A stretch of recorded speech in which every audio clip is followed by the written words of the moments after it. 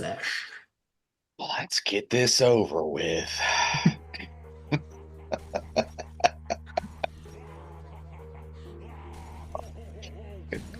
Ready. Bob.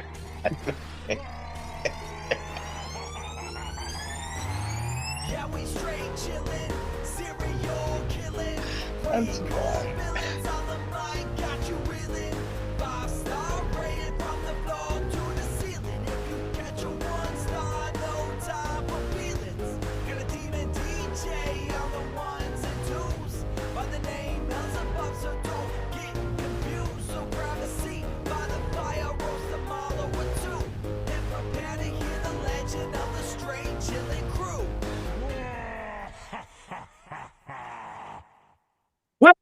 Words, and welcome to another heavily armed episode of Straight Chilling, the weekly horror movie review show where you chill and we kill, slice, dice, and chop up yet another horror movie. My name is Bob. I'll be your host for the evening. This is episode 540, recorded on Monday, August 11th, 2025. Tonight, we're talking about the latest from your boy, Zach Kreger. The movie is Weapons, brand new release. Before we get into it, let me introduce everyone else on the show tonight. First up, calling in from Washington, D.C., we got your boy, Rand Diesel. What's up? The ringing of the bell commands you. What's up, baby? You ready to get fucking armed in this bitch? Heavily armed. Rand Diesel, the Yep. Weasel, coming in hot and ready, I don't know if I like that one. like a $5 pizza. What the fuck? I do not care for the implications of the nickname a weasel. Jesus Christ. I don't munch on that much grindage. Sure, I'll believe it when I see it. Last up, calling in from Seoul, South Korea, we got your boy, Soju. What's up, man? Oh, what up? It's your boy, Witches Get Stitches Stains. Right? Witches get stitches, boys. I don't think that's a saying. I don't think that makes much Yeah, that's pretty sense. regular. If you're cool with the goth kids downtown, you'll know it. The goth kids The downtown.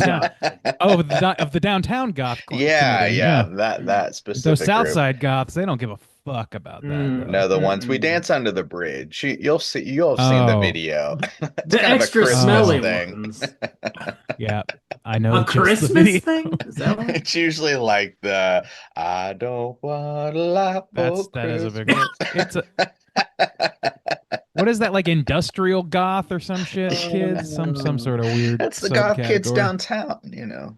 The goth kids that Downtown goth.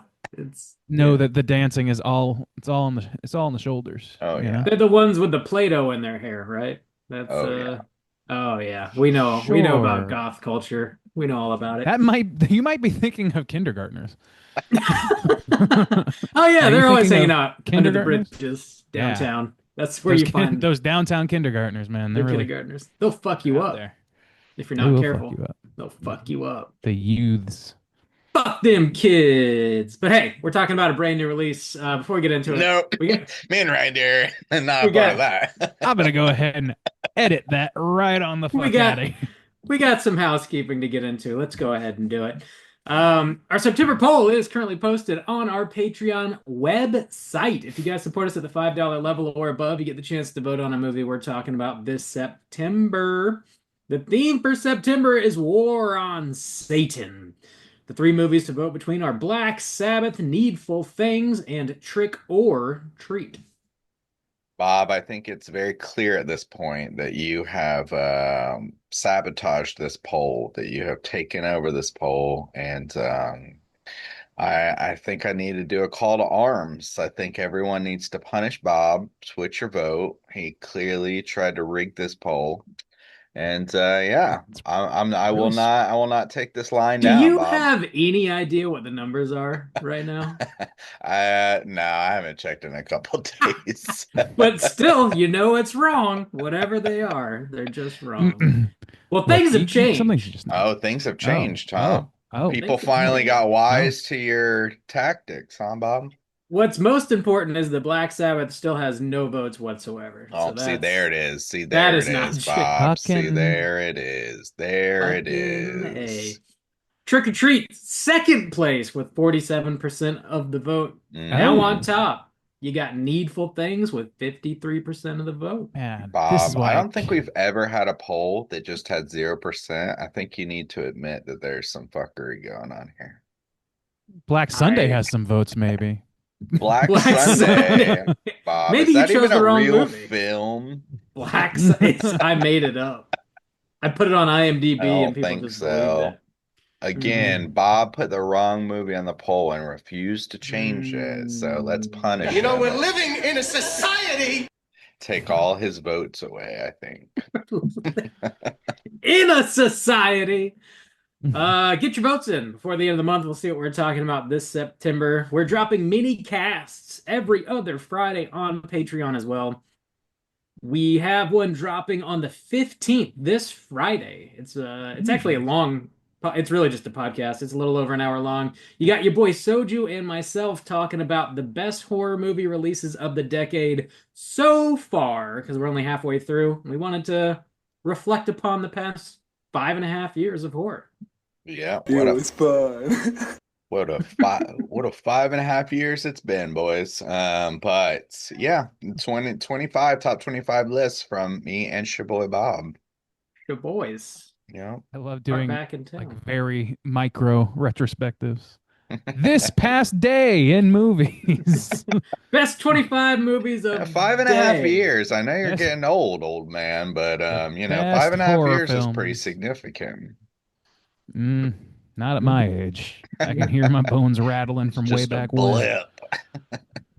God damn. Well, that's dropping this Friday over on Patreon. Not sure to even check it out. 15% of my entire life. All relative.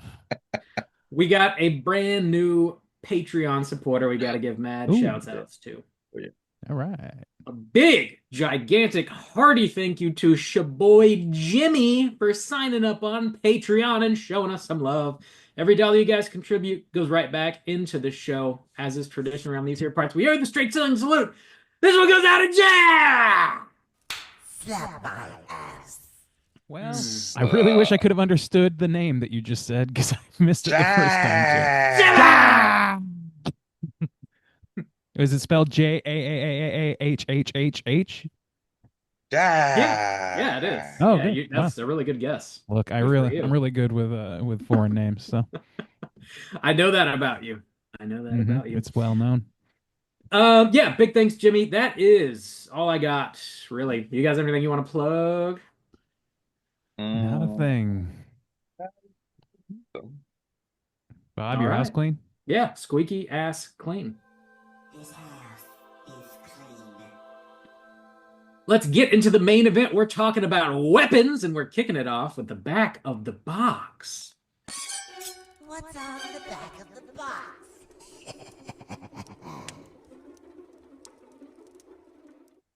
Bob, when's the pre-order on this box come out? It's out. You can do it. You can do it right Whoa, now. did you You could pre-order pre-order it? it before you leave the theater, probably. Bob, You you no, I signed a have not. form No. going in Yeah. before a the Sign on movie the dotted started. line. 4K Steelbook, $1,000. I need your commitment Oh, today. hey, you're my bluesman. I didn't know you were working at the theaters too. I'm a bit of a bluesman. you're my what you got in that undercoat? You got some illegal Stranger, blues? stranger. I'll buy it for a high price. I don't have it on hand, but that is a great. Well, So yeah, we're talking about a new release, Weapons, currently in theaters. This is rated R with a runtime of 2 hours and 8 minutes. Written and directed by Zach Kreger. You might remember him from a little film called Barbarian, or Never a heard of it. stand-up, a sketch comedy group called The Whitest Kids You Know. He's been around for a minute. This stars Julia Garner, Josh Brolin, Alden Ehrenreich. I nailed that one. I know I did. Some other lovely folks. Plot synopsis brought to you by IMDb is as follows. When all but one child from the same class mysteriously vanish on the same night at the exactly same time, a community is left questioning who or what is behind their disappearance. Gentlemen, first time watch for all of us. Would you recommend folks check out Weapons? Rand Diesel, kick us off. Hey there. Yep, I would. I think this is a very worthy theater watch. I say go watch it before you hear all about what's going on because this movie did a good job of keeping the lid on some spoilers that can kind of spoil the broth pretty good. Yeah, go check this one out. This is gives Julia Garner a little bit of grace after that Wolfman situation that happened. That's Yeah. right. That's where she's from. Good Mhm. call. Yeah. Yeah. Juice, what about you? Yeah. Yeah, I'll recommend it. People can check this out in the theaters. Probably a pretty good time heading into spooky season right now. Check it out. Going blind. Mhm. Bob, how about you? Would you recommend people check it out? Yeah, definitely. And yeah, avoid all trailers, avoid all, screen caps or reviews online, because I'm sure people are going to be itching to spoil the hell out of this one. So go in corn style, blind, if you will. What? God That's damn. corn style? Why Very is They that? topical have a reference. song called Blind. God, like one of their What the first songs, fuck? right? God damn From it. like Oh, 98, You That's maybe. just, from the- man, you Yeah. just pulled a deep You cut are a butt goth rock kid song out of the downtown, closet. aren't you, Bob? I I'm stay the only under the one bridge. left. Still I was the dancing. I was the first one to put Play-Doh in my hair. I don't know what you're talking Solo about. dancing. Oh God. Solo dancing. Yeah, that sounds Um, like just across the board recommendation from the Straight Chilling crew. Check out Weapons, and we are going to be spoiling the shit out of this movie. Here comes your warning.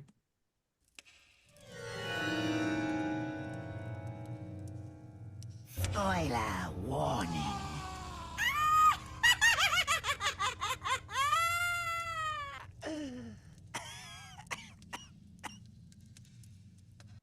Whoa, Bob, do you have like all 6 plot synopses? Yeah, yeah. All This movie's right. kind of wild structurally, but I'll blast through everything here real quick. Lost it. Here we go. So at 2:17 a.m. in Maybrook, Pennsylvania, 17 children from Justine Gandy's third grade class suddenly flee from their homes and disappear, except for one student named Alex Lilly. A police investigation begins, rather. Alex and Justine are interviewed, but no leads are found. The townsfolk suspect Justine, and Principal Miller places her on leave for her own protection. Justine turns to alcoholism, as well as their ex-boyfriend, who is also a police officer named Paul Morgan. One of the kids' parents, his name is Archer Graff. He's very unsatisfied with the police investigation and starts to commence his own. Concerned about young Alex, Justine follows him home and looks in the window of his house, and she sees his parents sitting on the couch with blank stares, not moving at all. She calls the principal and insists upon a wellness check. She ends up falling asleep outside their house in her car, and Alex's mother sneaks into the car and cuts off a lock of her hair.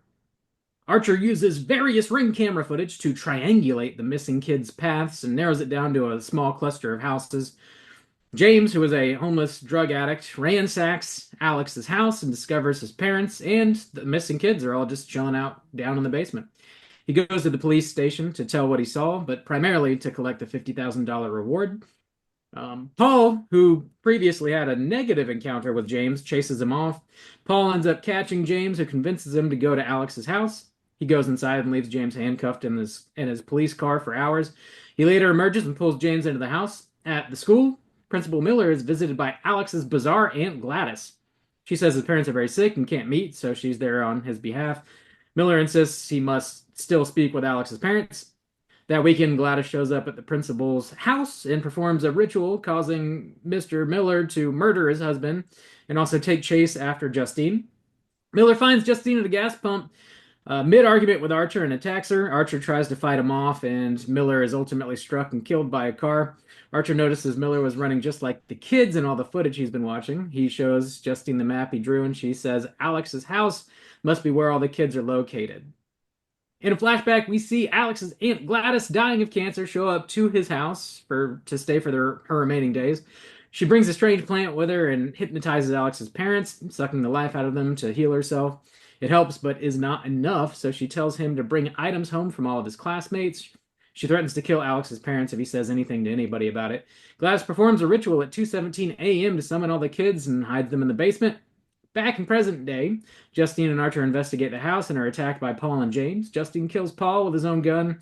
Alex's parents start chasing after him while Gladys puts a spell on Archer and he tries to kill Justine. Alex, having observed the ritual, does one himself, sending all of the children in the basement after his Aunt Gladys. They chase her throughout the neighborhood and ultimately rip her body apart, breaking the spell she's cast over Archer and Alex's parents, saving both Justine and Alex's lives. Archer grabs his son and takes him home. Alex's parents now live in an assisted care facility. Some of the kids eventually start talking again, and the general cause of the events are never explained. Roll them credits. This is a good movie. Yeah. End of the review. 5 stars. Done. That's it. We did it. I did not say that. This is a Oh. movie that's I feel a hot take coming. well, no, as Rolling. soon as it was done, I was like, oh man, deja vu. I got deja vu, and I feel like I'm gonna be going through a lot of the same kind of motions where I remember when Barbarian came out and we finally covered Barbarian, we were kind of late to it because it was one of those like what we missed this year or whatever covers, Yeah. but it was one of those movies that like blew the fuck up. General audiences like loved the shit out of it. It was fucking huge. And when we actually had to cover it and had to sit down and like wrestle with it, I was like, I kind of love half this movie. And then there's a lot of things that really bother me about the other half of it. And I kind of feel the exact same way about this one, where like the first half of this movie, the opening is fucking incredible. Like the first two stories that we get with Justine and then Josh Brolin or whatever, like the two, like those Mhm. are incredible. Fucking incredible. And then a bunch When of we go to other like shit Paul happens. and Yeah. the drug addict Man, character.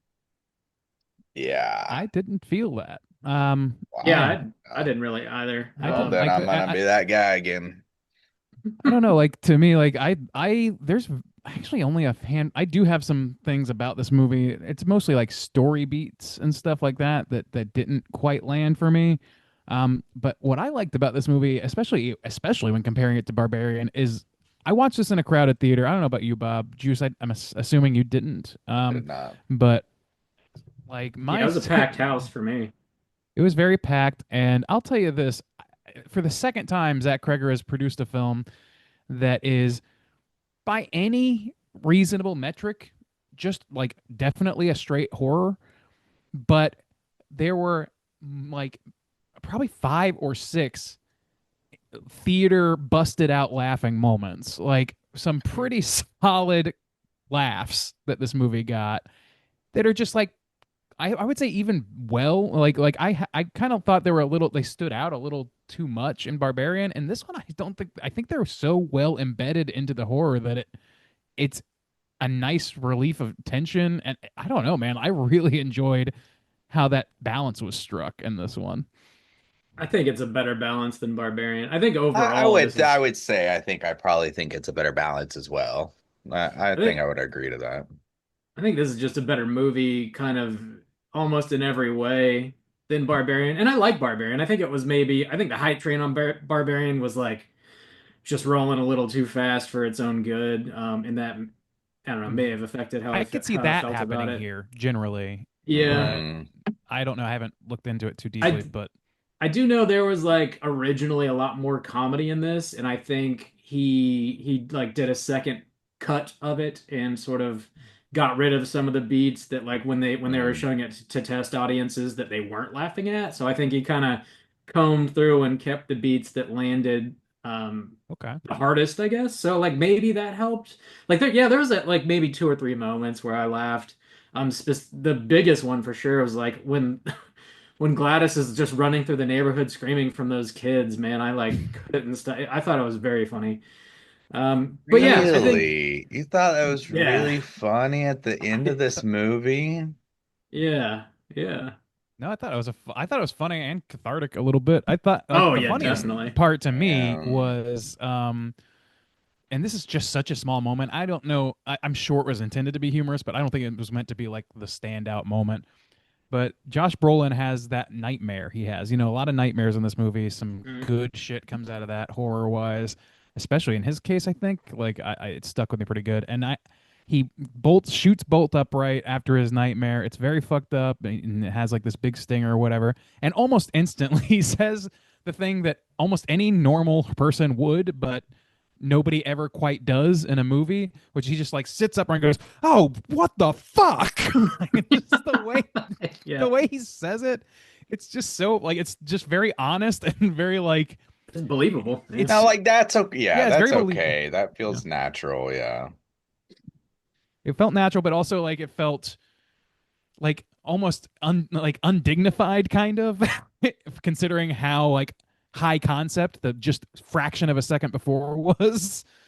Yeah, Yeah. he was just looking at like an assault rifle in the sky that had like 2:17 a.m. on it and like a clown-faced child, and you're like, what the fuck does that mean? Yeah, I'm like snapping out of that. The reality is kind of it's funny. I think it works. Like my internal monologue put on screen in the same moment I'm having the thought. Yeah. It was great. I will say, like, because I don't want to be like completely negative the whole time. So I would like to start off positive again with that kind of like first portion. I don't know how much time it actually took, but I texted you guys and I was like, this movie is creeping me out. And dude, that I will say this scene like stood out so much to me. And I think it's going to be like a big one for the year. Which I was looking at like my top list and I was like, man, there've been like each movie has at least like one like really like stand out like scene. But when that mom comes out of the house with the Yeah. scissors, dude, That was pretty that creepy. shit was like giving me the willies. The And way you she know, moves is so wrong. it is, and it reminded me, what's that Japanese movie of the thing and it comes down the hallway? It's very similar and it moves in a really kind of fucked up way. It's from the like late 90s or early 2000s. It's about a video. It's like kind of videotape theme, not Not videotape. the Ganja? ring. Or Nah, I'll it's try to like think about it. okay, yeah. But anyways, the movement, it was like so simple, like you're not doing any crazy effects, but it's just so unnervingly wrong that it just creeps you. And when she gets in the car, the That Dude, when she sat in tension. that car and you see it shift a little bit, I was like, Oh my oh, God. And like fuck. even that's the when the hand come person out with the next to me said, "What the scissors. fuck?" Dude, like that scene was It's great. Yeah. so good from like a whole we were talking just a couple weeks ago and my brother called and he was like, oh, is Hereditary scary? We're like, what is like scary? What's been scaring us? Dude, that scene happened. I was like, this is amazing horror moment right now. It was just so perfect. But before that, the tension was so well built.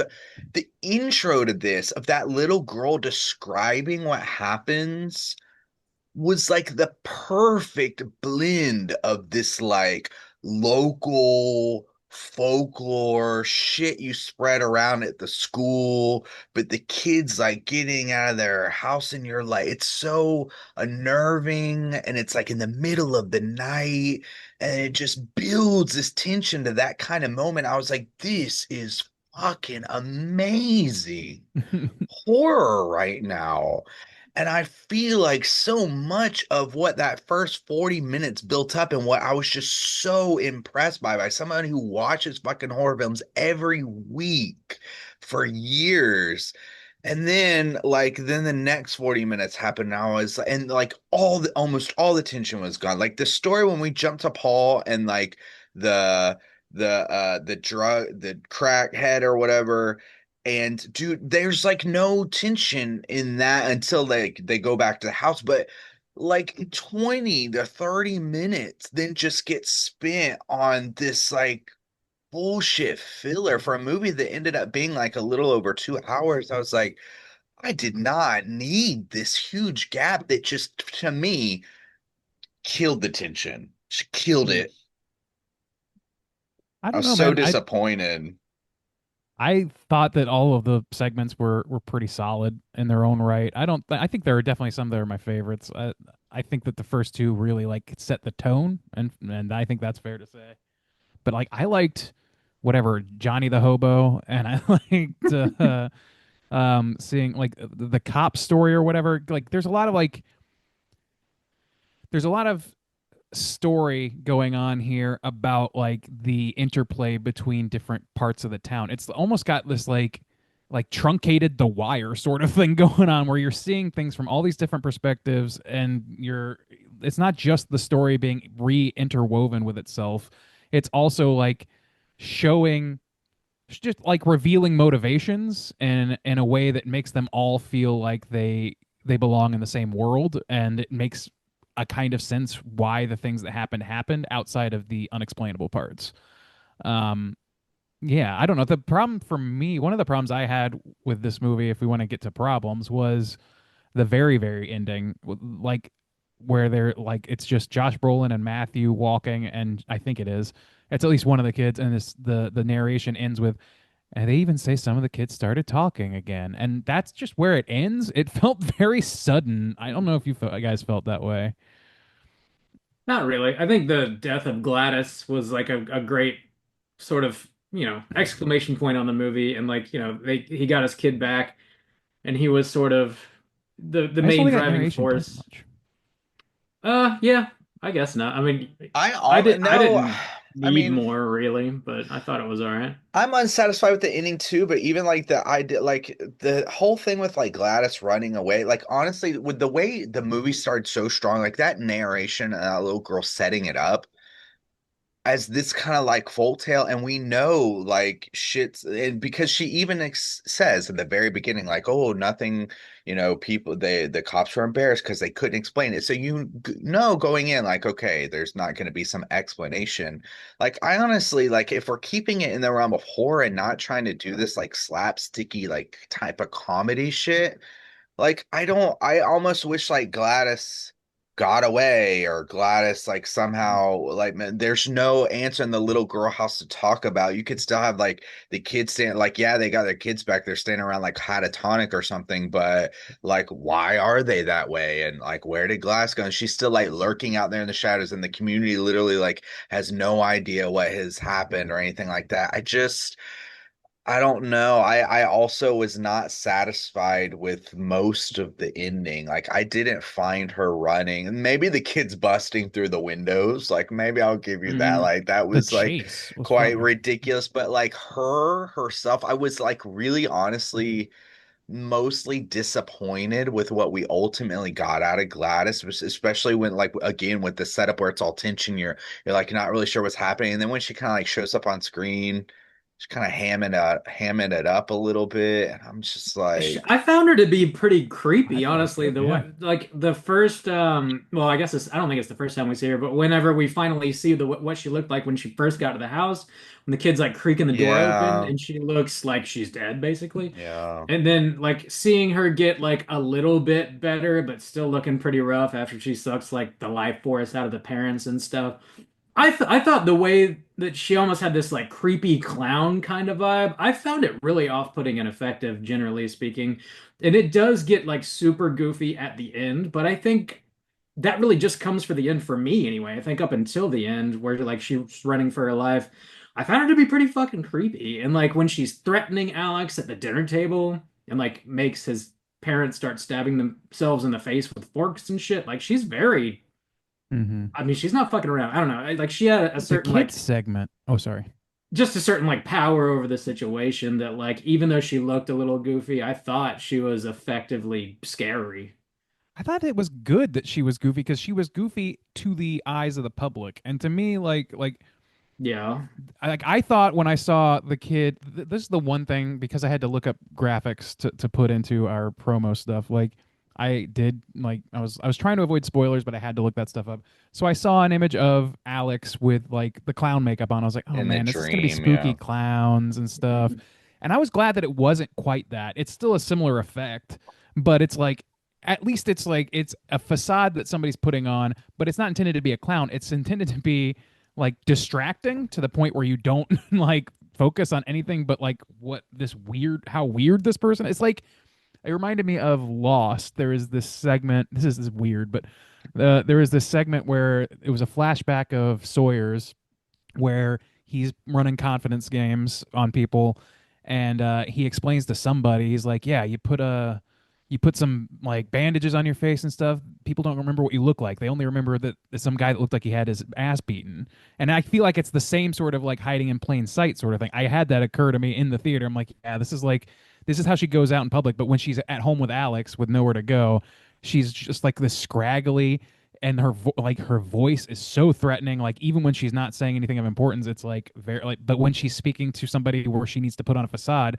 that facade is so heightened it becomes like fucking Aunt Martha from Sleepaway Camp, and I think that's really like eerie. Actually, it worked out really well for me, and I liked the ending where she got like ripped apart. I kind of the only thing misgiving I have about that is I thought that they were going to eat her because she made that suggestion earlier in the movie, She made and that that could have threat, also yeah. maybe justified like or given a little more credence and to what you're saying, Justin, about like um there's no body. You know what I mean? There's no Mm, evidence of this that's person. That would be true. Yeah, wild, that would be man. actually, honestly, yeah, I kind of like that a lot better because then which would be crazy if we had two movies where kids are fucking eating shit in That'd the same be year. It'd be like an yeah. Bugs Life situation.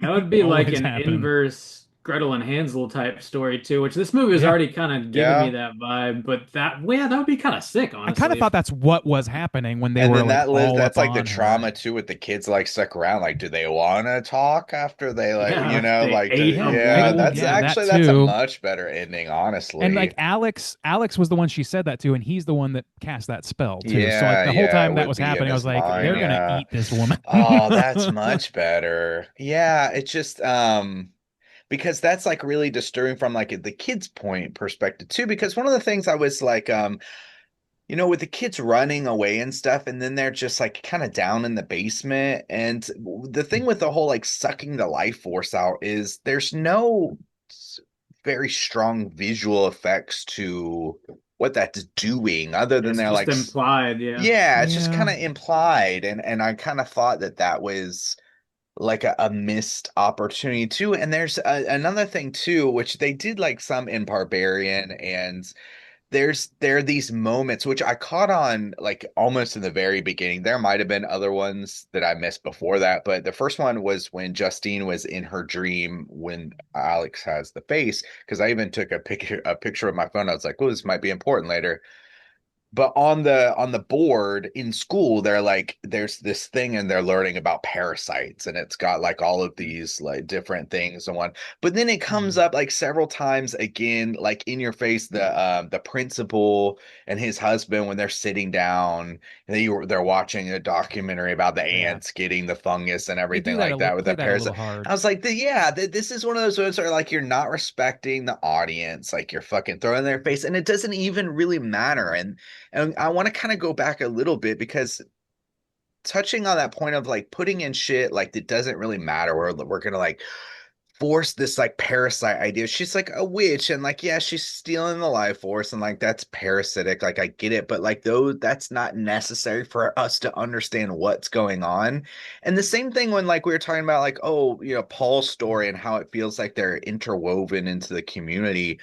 But like the intricacies of Paul's life don't matter to this story, really. Like the fact that he's like cheating on his wife, or that like the interactions he has with his father-in-law and it's awkward and stuff like that. Like that doesn't I play think into what the story is at all. Like I don't I I think it felt like those d- are completely unnecessary. I think, well, I mean, that's what a MacGuffin does. I mean, I think that's what's happening is that there's a lot. It provides a window into some areas that we otherwise don't get a view into, the police department in particular. B, we get like some pretty good scares out of it, which is the part, at least part of the point of this movie existing. And like one of my favorites being June Diane Raphael, of all people, as his wife doing this crazy like it follows moment following Julia Garner into the liquor But store that was in her and just story, not in Paul's. but it was set up in Paul's, like it was entirely set up, or it was set up by Paul's. It was like given credence by Paul's later on, Yeah. and I liked all that. I liked, and that's just like a minor thing that I just loved about it.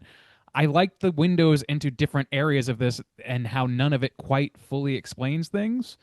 At least not in a way that would be satisfying to an audience or to somebody who's not ready to believe the supernatural. You know what I mean? Like it's just showing it like this is what people will say happened. They all tell it this way, but nobody outside of town believes it, and there's no record of it, and all this. Like I don't know. I think it tells a pretty cohesive tale. To say that it's like not completely necessary is true, but I think that's I don't think you're going to find that every single thing that happens in any movie is going to be 100% necessary, just about, except I for know, maybe but Shaun of the the way Dead. they say that it's stylized in that way, though, like we're gonna Yeah. have Paul's story, and then like a decent chunk of 30% of Paul's story doesn't really have anything to do with like what's going on that was set up in the first 40 minutes of the film. So, I think it does because like trying to get back in the good graces of his father-in-law. He's falling. He's doing all this shit, and then he has this fucked up confrontation with a guy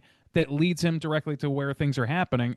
It's a catalyst for other things that happen that make the rest of the movie happen.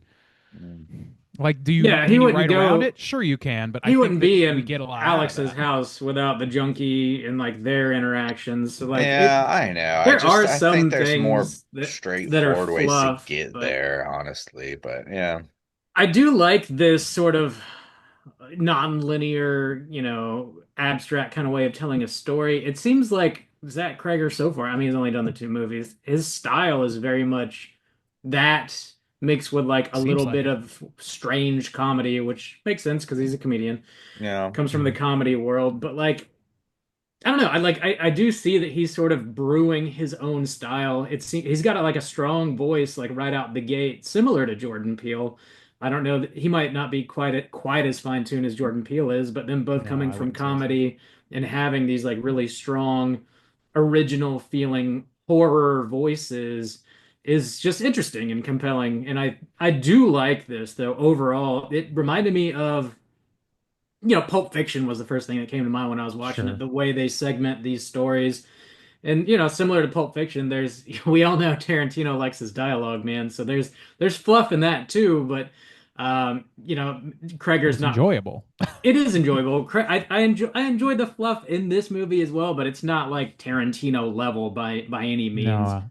and it's I not like like to your point. Oh, I'm sorry, Bob. I I thought you like were that done. he's like swinging for the fences though. On just his second movie, he's like, "Hey, I'm gonna do this big sprawling story that's segmented into I think 5 segments, maybe 6. I don't remember Justine, exactly. Yeah. Josh Brolin, Paul, the junkie, the The principal, and Alex are principal, The 6. I kid. think that's too six. many. Yeah, I I don't know. like it, but Overall, I like his style though. Is really what I'm getting at here. no, I do too. And like to your point about Jordan Peele, like he's not on the level of Jordan Peele. And I'll say It's like like we have Jordan the Peele at big. home. No, that's the thing is like I don't even think it's aspiring to be like Jordan Peele because to me, No, this no. movie and Barbarian have one like I wouldn't call it necessarily a flaw, but one deficiency in my for my tastes, which is that I don't know if there's a whole lot of like it's not making a point of any kind. It's not saying it's not like it has all the auspices of having something vital to say, or it's kind of sold. The way it was sold to me was like that it was I expected like some sort of like commentary about like all these people and how they interact or whatever. It just I felt like it was lacking that. And I know a lot of people don't want that sort of thing, and that's fine. But for me, that is what pushes Jordan Peele's like really cool sci-fi B movie horror conceits and great camera work and great performances he gets out of actors pushes it to the next level of being like a master of horror. As he has it's communicating something. I don't with both of these movies, I'm not sure what's being communicated by it besides here's a spooky tale, which is fine, but it doesn't push it further into something uh that I would call it like an instant classic for me. I kind of thought because we see the whole community get together at the school and like the theater and See, that made me think it was going there, Archer. right? Yeah, Archer stands up and he's like, she knows, we gotta hold her Uh, accountable. She's not telling us what's what. And it very much reminded me of like, the pandemic. I was like, oh, are they gonna sort of kind of go down that rabbit hole where like a small community turns on itself and like half of them believe this, half of them believe Now that. we are the monsters. And right. And I kind of like actually that like, Archer confronts Justine at the gas pump and he's being stern, and it's understandable because he's looking for his kid and he's terrified. But like when her life is actually threatened by the principal who shows up, then he tries to help her, and I like that they didn't just go full into like that dark place that it could have gone, where he's like, well, fuck you, and just not Yeah, help because he thinks that she's really behind it anyways, and they kind of have like a team up, I guess, in that moment. I kind of like that it didn't go as I like that bleak too. as it could have. I like that Well, too. it just felt Yeah, human. Like it like Yeah, did. yeah. most Yeah. human beings wouldn't, like if you see somebody get viciously attacked by somebody covered in blood with their eyeballs popping out, What a it's great kind of scene, hard by to the side way. with the person with the eyeballs. Was that I too don't. goofy for you, It Juice? was, I man. It loved it, man. was. It I thought it was was too I thought it was goofy for right on me. that line of goofy and spooky. Like that's the thing, is like this Yeah. Him movie is good, getting better at riding the line. I think Kreger has a skill for that. with the kids running in that way in the night with the The shadows. Naruto run. Yeah, but with kids and like just fleeing into the night and nobody knows where they go. I was like, damn. But this grown man running for blocks and like That's right up in your creepy to me. face in Yeah. it wasn't creepy to me because we know him. Like we know where he's from and it looks like a fucking cartoon. I did not like that in the What broad about daylight. I didn't what like about that. the No problem with it at all. preceding that where he bashes his husband's Yeah, head in? that was the That was problem for brutal me as fuck. too. That was brutal as fuck. Yeah. And we had spent a little bit of time with them, which maybe like I would argue maybe we could like cut that, but at least we get to see like Gladys's a little bit about how she operates and stuff like that. So like that's okay, I guess. But yeah, that was like brutal as fuck. And to be followed by this goofiness, I feel like it just keeps undercutting itself I unnecessarily. didn't think It's so. interesting. Man, I It I didn't creeped did. me feel that out. way because, like, to It me, it's like didn't creep before me that, you out. see him just like come up on her and like out of nowhere, it's like, whoa, this is the same guy that like we've come to really like Yeah, but because he's he's like both right in her even keeled, face. but he's like bloodied and fucking bashed, and his eyes are popping out. And it, yeah, like if you think that looks goofy, that's fine. But like to me, it's like right on that line of being like, man, it's because people's eyeballs do pop, like they do that Sure, shit. yeah. Like, it's not like it's not like hundreds of beavers level of cartoonishness. It is like it's not to me slapsticky. It to me seems like, oh shit, and he's doing the run itself is a weird choice, but I think that that was a narrative decision, Especially because there's no because it made them explanation for connect. why they run that way. I don't think you need an explanation for that. Oh, you don't need Yeah. it, but like the They're under a kids, spell. they're That's under a enough. spell, Yeah. but like the mom coming out of the house doesn't move in Yeah, that she moves in a way. different fucked up way. Yeah, Yeah. yeah. But she's not running; she's walking, and I don't know. Creeping. Like I don't. It's such a There's Crab like little distinct walking. things like like that you can Japanese have. anime thing though to run in It that way. So it it's like is, seems but like it not should have some quite. I explanation. I feel like to me, I don't really need it to be explained, but I love that it kind of is the Naruto run because I feel like there somebody at some point dared Zach Kreger to make the Naruto run scary, and he's like, fine, fuck you, I'm gonna do Hold my that. beer. Um, I There's don't there's know. a I think lot it's of kind of. Mhm. I was gonna touch on some other creepy fucking moments in Yeah. this because there's dude, this movie got me like legitimately made me jump in that for that first dream sequence where we get Yeah. the creepy kid face. Also, like towards the end where Paul gets a fucking peeler to his cheek over and over again from Yeah. Justine. That was fucking great. The haircutting sequence, like we already kind of mentioned, the head bashing sequence, the creepy parents just on the couch not doing anything, them Dude, stabbing yeah. themselves in the face with the forks. Like, there's a ton of great Dude, scares in this, the honestly. scare that got me, the one that got me, like, and I turned it back and I was like, yep, that got me, was right at the end when Brolin is looking for Alex, or not Alex, excuse me, Matthew in the basement, Mm, and he's going to each kid or whatever. Oh God. It's yeah. taking kind of suspiciously long or whatever. And then they have this really fucked up jump scare of the woman, and she's just like got that manic face on, God. and it like it's so quick, and I was just not prepared for it. When I she's don't on the know why. I just was ceiling not. in the first dream sequence or whatever, that shit. She's like on this in Justine's Oh yes, ceiling. yes. Yeah. Okay, I was like, which Yeah. was that? Yeah, that was Babadookie. um, Yeah, I don't know, man. I like some of those scares really work, and they're interspersed well enough for me.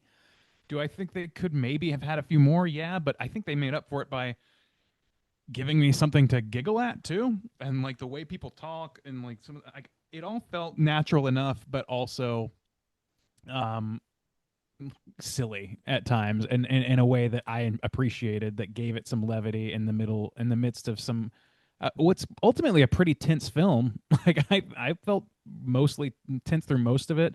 I think I probably did feel the least tense during the officers, but that was the midpoint, and I Well, think I we're would say getting I some think these groundwork laid down. I think these three segments stacked together. Well, and it's not entirely fair, so I'll be fair. But I think the problem is the first two are so tense. We have the dream sequences, we have well, and also the intro, the kids like fleeing, and the hair cutting scene, and also her going into the bar and the woman falling behind her. Like, there's a lot of amazing tension. And then in Paul's, there's really not. There's really almost no tension in Paul's at all because he's like in a very practical state. He's in a very I practical mean, there's world. not the same kind of Then, tension, but I think then there's we tension. jump into now, to be fair, the crackhead is like a mix because when he's out in the world, it's more supposed to be like kind of funny, I guess, or whatever the things that he's doing. But then, of course, when he goes into the house, well, then we get the tension where he runs into the parents and the kids are in the basement. Like we get that tension kind of back. But then we go to the print. The next one is the principal. And a lot of that is played for jokes because like the only like horrific thing we see is like the head bashing scene, but most of it is played up and goofy, and Gladys comes and sits in the office and she's like right in your face and everything like that. So for a majority of like the next 40, like the first 40 were so tension filled. Like all of the like amazing scenes we're talking about mostly come from those first 40 minutes. And then we have this huge 40-minute segment where like there's a little bit of that tension again in the crackhead scene that's like completely surrounded by a lot of goofiness. And I just that like I killed don't know. it for me. I think you could make. I think the argument you're making is about pacing, and I think that's not unfair. I think you could make that argument. For me, it was not that big of a deal because to me, I felt like the comedy helps bury the horror. Like it helps bury the trap of the horror to me. And I like when it's done well, when it's at its best. And then other times it's just sort of like makes me giggle, and that's fine. You know what I mean? So like to have that guy's journey, I'm like, man, this guy like there's no way this guy's story ends well or whatever. Like it's just gonna be fucked up. Like I'm talking about the vagrant guy. And just seeing like he's not in his right mind at all. But he's like of course going to stab the fucking cop with the needle by mistake. It's like, oh my god, like In every the beat of that face, is Dude, that was like too. fucked up. it's a God. different That's fucked there's a up. different kind of tension happening. Yeah. Well, It you're feels like a more watching grounded tension that you're is watching I'm Paul sorry. self-destruct like in slow Right. motion, and you're like, it's cringy. You're like, stop fucking up, because he's an addict, and you see him like get wasted and cheat on his wife, and then Yeah.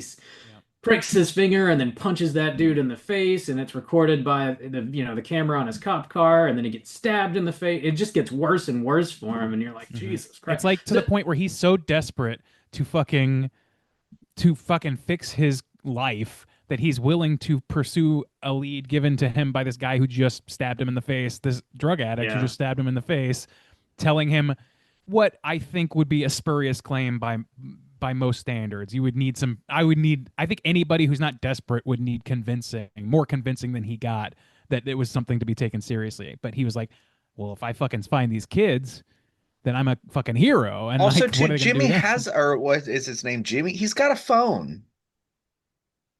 He's got a phone. He calls The the pol vagrant. Yeah, Yeah. he could take a picture. Yeah, I he think could. he's a drug addict. Like, I don't think that Yeah. these And people he was are Who's scared trying as to get $50,000? he was Yeah, do startled you and see how ran long off they made too. it like that comedic beat of him not understanding the connection between, oh, I saw a bunch of kids, and oh, $50,000 to return a bunch of like No. Yeah. I think it's pretty Yeah. clear this is not a man who's operating at the height of his faculties. Yeah, I think it like Paul's segment is probably my least favorite. I do think there's some tension there and there's some intrigue. I like the principles a lot, actually. I thought that was pretty sick for the most part.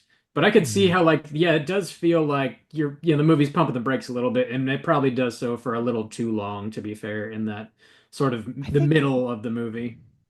I don't know. I think that you could argue that, but in thinking about it, I think that honestly, the first and the last segments are to me like the most horrific in their own ways, and like the second one, Josh Brolin's is pretty spooky. It's the scariest segment, but it also has fucking jump scare Justin Long and like that whole thing with his Justin Long. wife, and like Plus a half it's got star humor in it for too Justin Yeah, for that Long. helps. sure.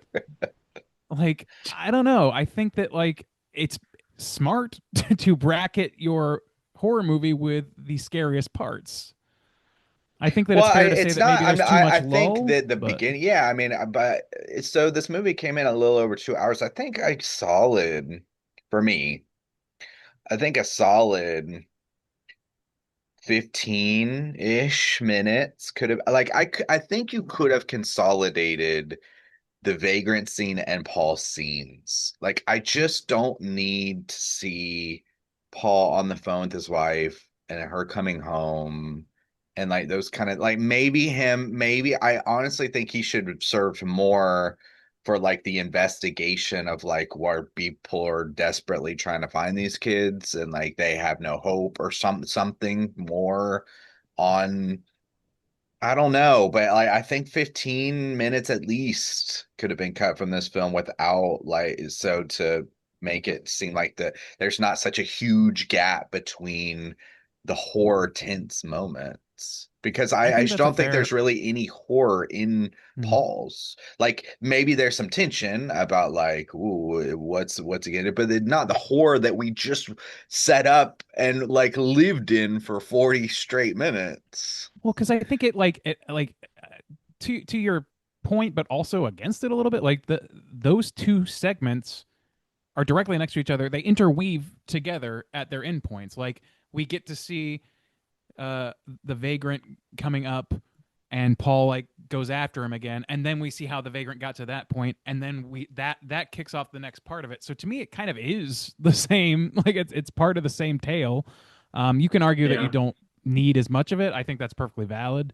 For me, I think that this movie could lose 15 minutes. I don't know that I would totally like total I don't think that I need to lose 15 minutes of this movie. I think that most of it kept me intrigued, kept me interested, kept me laughing and or spooked out.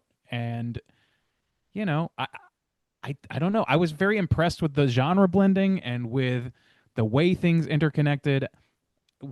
A few like little background bits of story aside, the things that I think I've already mentioned mostly, I kind of feel like it's just a good like I enjoyed myself. I enjoyed what I felt spooked. I felt humor. I felt sadness for these characters. I felt grossed out. I felt like I got the full range of emotions I want out of a good horror movie, and I don't know that like minusing 15 minutes of that benefits me.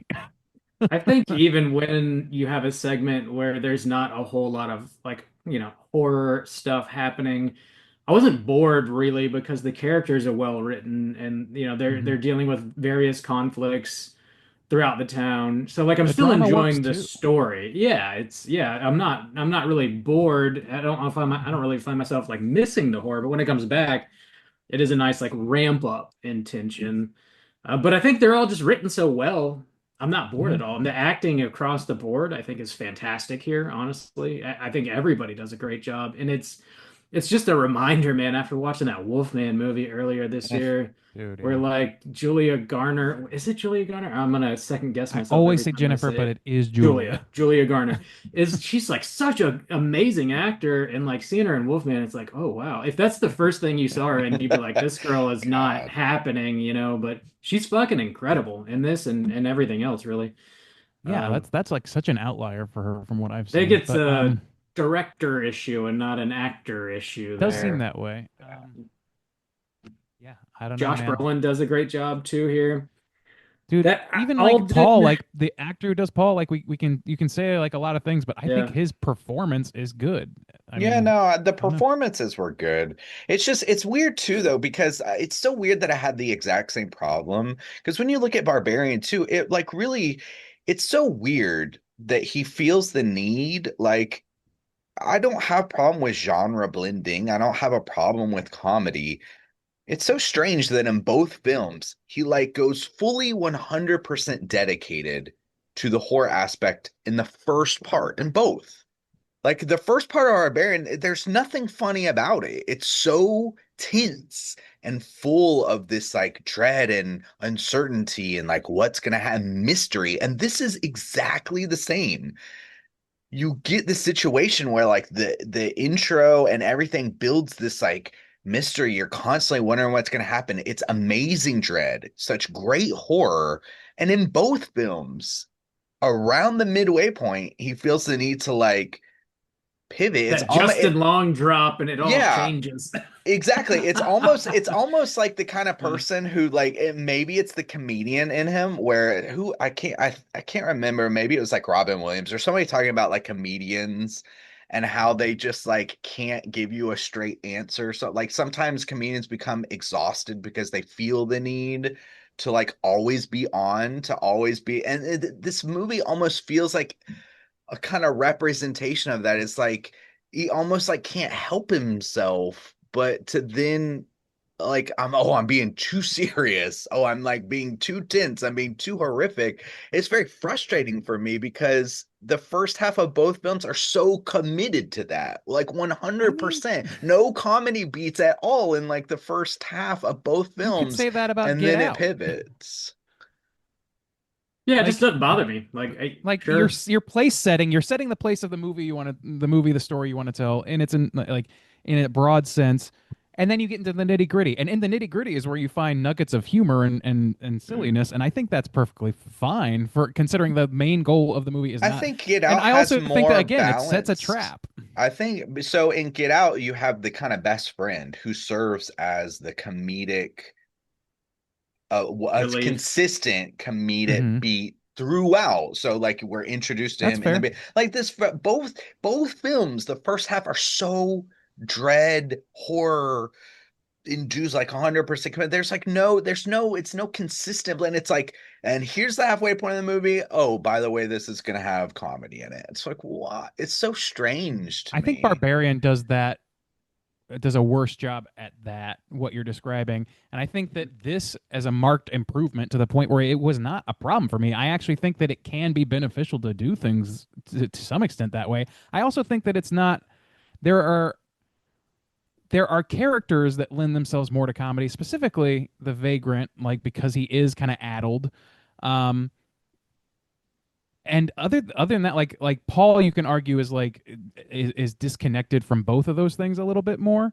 But I don't think that like it becomes a comedy at some point. I think that it has really well embedded comedic beats that are more prominent in the middle section of the movie, which makes sense for a movie that wants to be a horror movie with a few comedic beats instead of a movie that's like it doesn't like I don't need necessarily to have those things put up front. Like it's like you see a cold open for a movie, and it's supposed to intrigue you. It's supposed to maybe thrill you. It's supposed to do all those things.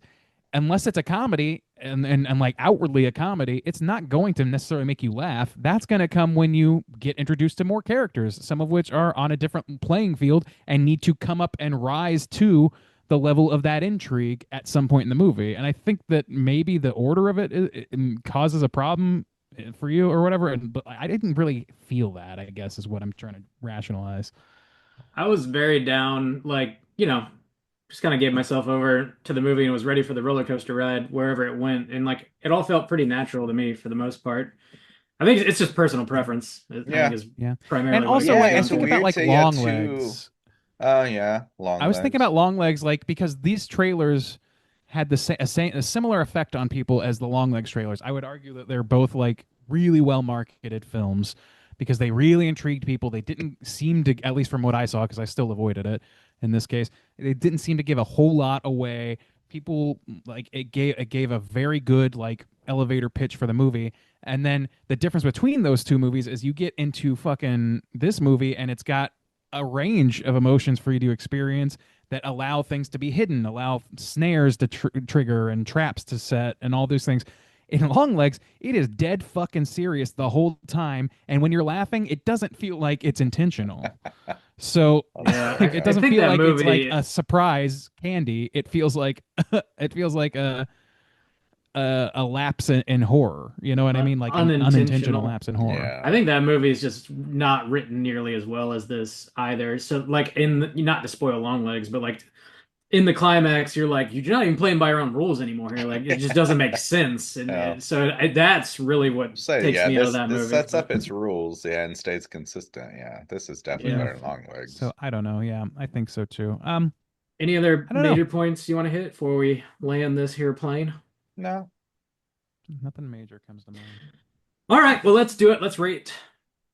What are we talking about? Weapons? I was like, What are we talking about? Barbarian on the mind now. I was like, this. Let's rate weapons out of 5. Rand Diesel, how do you feel? Well, okay, that does lead me to one point that I still am like. This is again why I was one of the things that put me off to this movie was the lack of a deeper meaning or deeper context, because it contextualizes itself by calling itself weapons, and I still don't know what that's supposed to mean exactly. Is it just that this They woman even do sees like a people name as drop weapons? one time in the They do film. name They're drop so it, yeah. that was so cringe to me. do God what? damn, dude.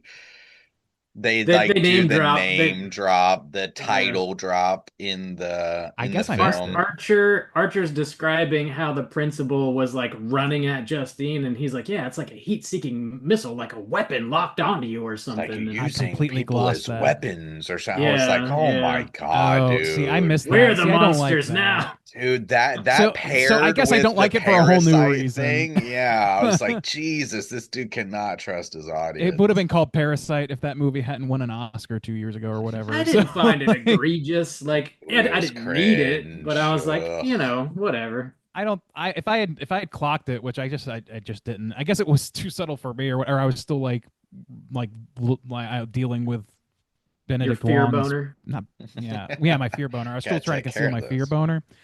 I was still working on that, but yeah, I don't know. Like I From the still don't know pocket, what I'm the sure.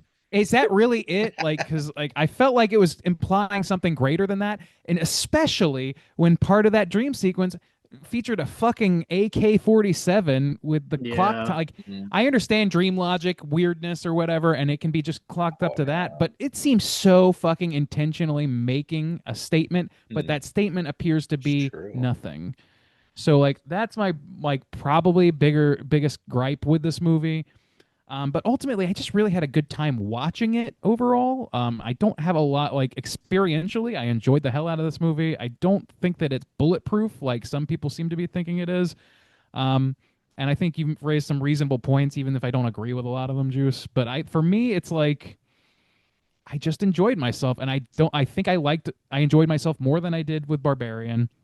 I was impressed more by the layering of genre and by the interweaving of these stories and the setting the broad setting and multiple like character angles that we get out of this. So I think for me it's gonna like just edge that film out, which I gave a 4. I'm gonna give it a 4.25.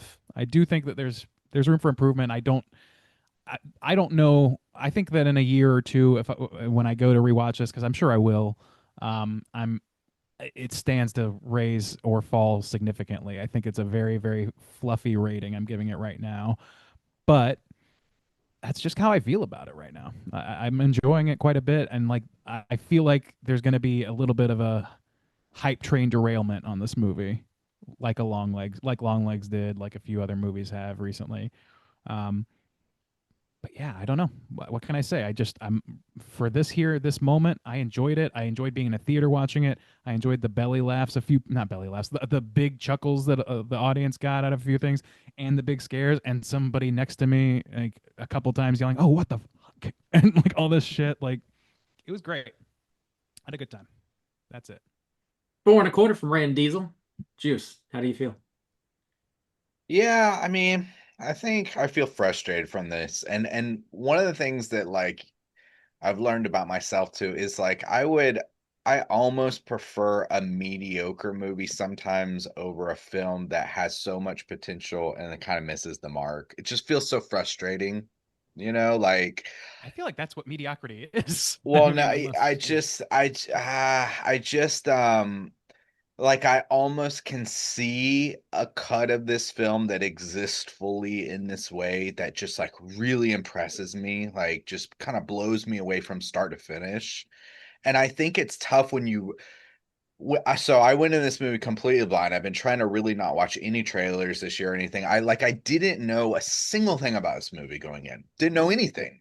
Never saw a screenshot or clip or any trailer or anything. So went into this, and the first 40 minutes just absolutely blew me away. Especially just a couple weeks ago, we were having that discussion about what's scary, what's coming out. And dude, when that scissor scene happened, I was like, I had to text you. I was like, this is creeping me out.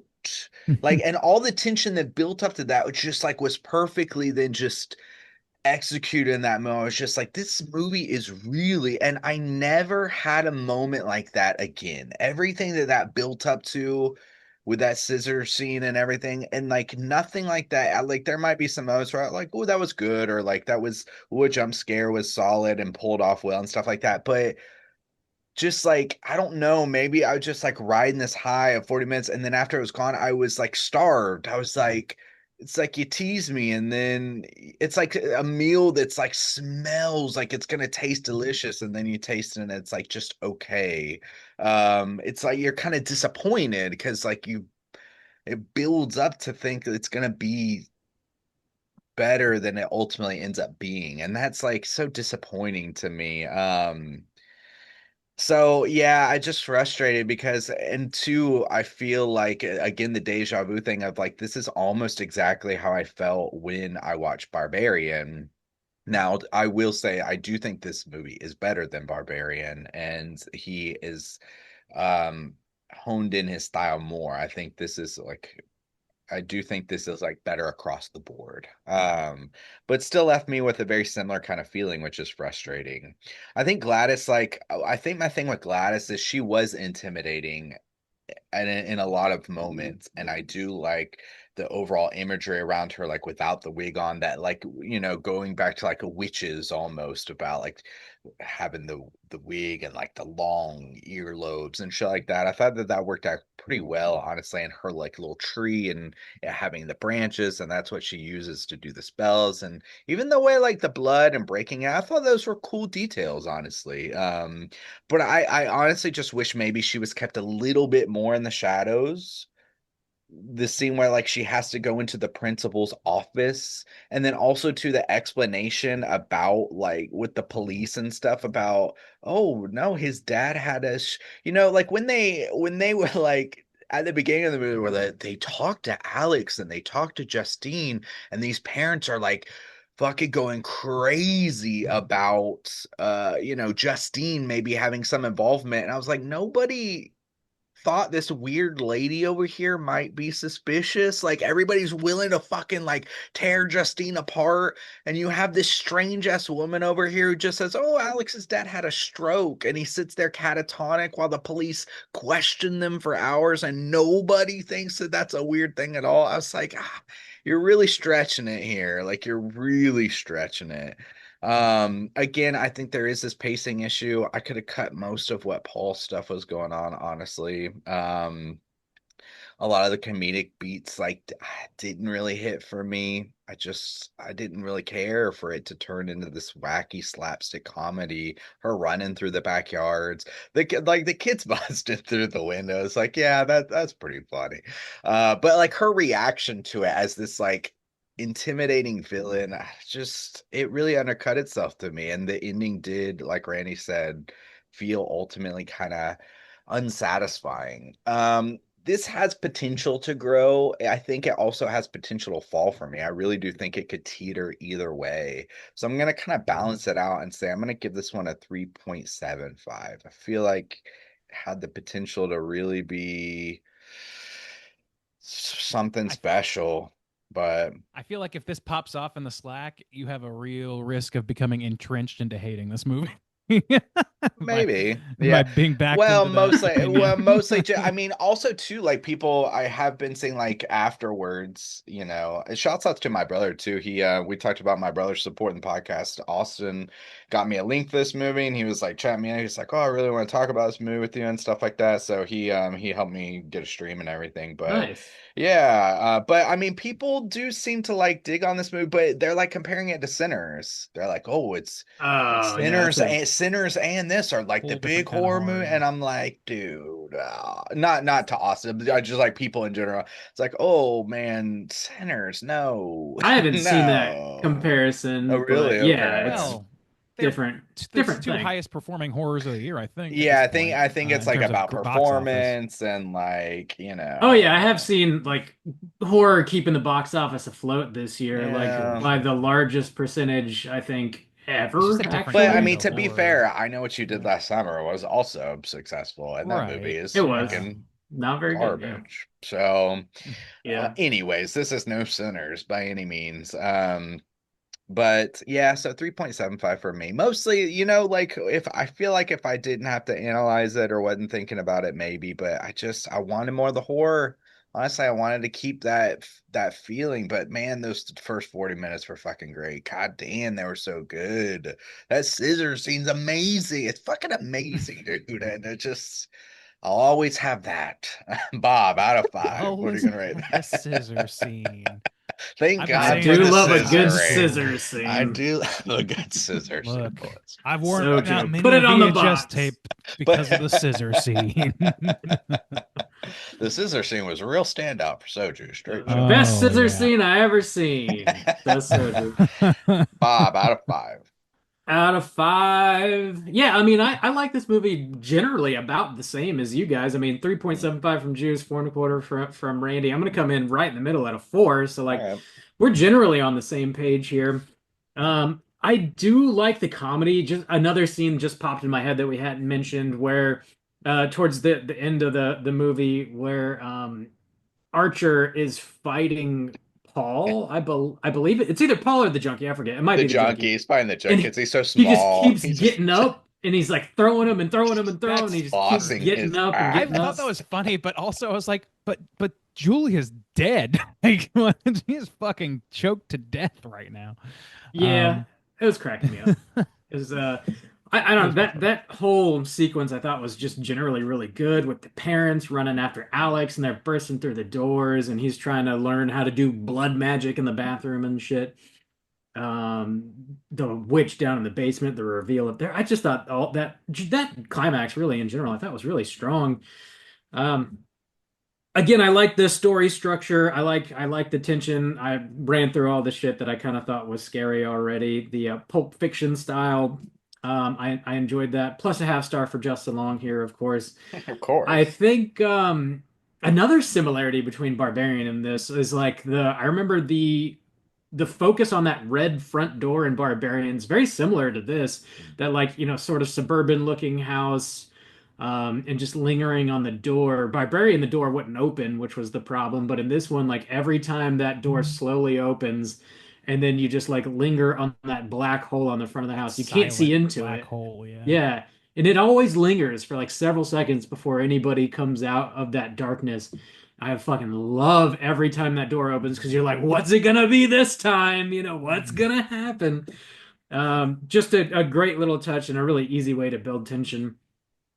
I think that like Naruto run, I'm sure people were doing it after just watching Naruto. I don't know if I was ever really aware of that, but Oh, I see dude. people doing it all the time now after this movie. Like that's Oh, gonna my be, I Lord. think, Oh, a it's already a cultural thing. touchstone. Yeah, people are just But I mean, doing like, it. let me tell you this real quick, just as a sidebar. Alamo, they always do pre-roll stuff that kind of like tangentially relates to the movie. Yeah. They did a whole fucking like 5-minute segment where they showed this video from, you remember the Area 51 raid where people were like, if they can't just- stop all of Yeah, us, and they were yeah. I all just watched fucking that Naruto running. documentary. Yeah. Yeah, so like there's this one bit where this guy is like giving a report like near Area 51 or whatever, and a kid Naruto runs right behind him right as he's signing off, and it's a funny moment. And they took that moment and inserted it into a bunch of other movies like Forrest Gump and all that shit, just had this Naruto run character. So like I like it's culturally significant already. And I think it's like kind of hilarious and gutsy to try and turn that into a horror aspect. Yeah, I think it largely works. Yeah. I love that whole sequence where like the principal like bashes his lover's or his husband's skull in and then like takes off after Julia Garner. All that stuff really works for me. I just overall like the setup, the premise of this movie is just fucking intriguing. Like it's one of those stories where like if somebody told you like 17 kids vanished in the middle of the night all at the exact same time and they just run off out into the darkness and nobody ever saw them again, like you want to watch that movie. Everybody's gonna want to watch It that sounds movie. like an analog horror setup. It does, and it looks like Does a one, lot too, in less the than this movie marketing. does. Yeah.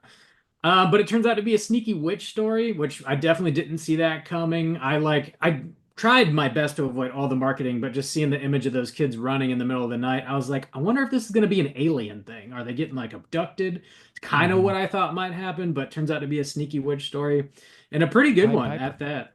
Yeah, Pied Piper, exactly. Yeah, Gretel and Hansel kind of thing.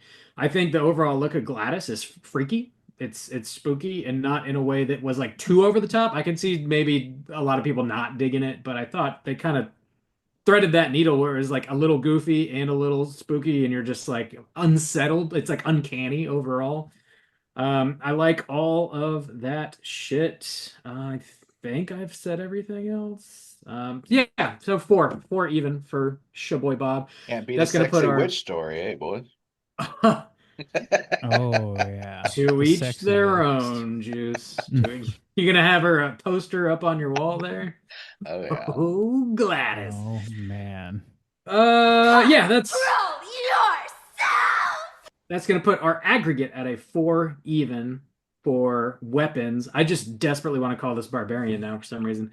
Let's go ahead and jump over to our Rotten Tomatoes segment, see what the critics and users have to say about weapons.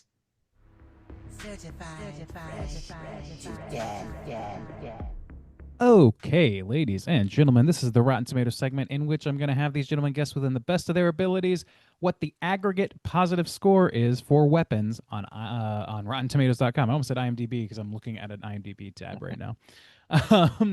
Yeah, so we're going to start as we always do with the tomatometer or the critics, and then we're going to move over to the poopometer or the users and see what they have to say about this. So yeah, critics. There are 256 reviews counted for this film. A nice solid sampling for the critics here. I'm going to start with Juice today, and why don't you tell me what you think the aggregate positive score is out of those 256 reviews? I think this is going to be crazy high. I remember Barbarian. I remember the hype and everything like that. And like I said, even though I've avoided everything for this movie, I still like in my just random advertisings and things, you get the ads that like pop up and like, oh, New York Times says this is fucking crazy shit. And so you're like, okay. So I think it's just going to be ridiculously high. I'm going to say 90. 90. All right. Bob, what about you? Yeah, that's I don't know. Yeah, I think I want to take the under just to be on the safe side. Because it is a weird movie. I could see some critics not digging it. So I'll take The Boys Project 86, please. Take my boys. right. Well, one of you gents is just 5 percentage points away from the glorious correct answer. That correct answer is 95%. Soju's walking away with this Damn. one. 95% Dude. positive certified People fresh. get so worked up for this. I just, man. I don't know, man. 95% of people thinking this is better than a bad movie. I don't think that's hard to believe. nobody had problems with this, like more problems with this movie. I think it has enough problems to where that's way too high. I think there's enough to criticize this movie to think that that's too high.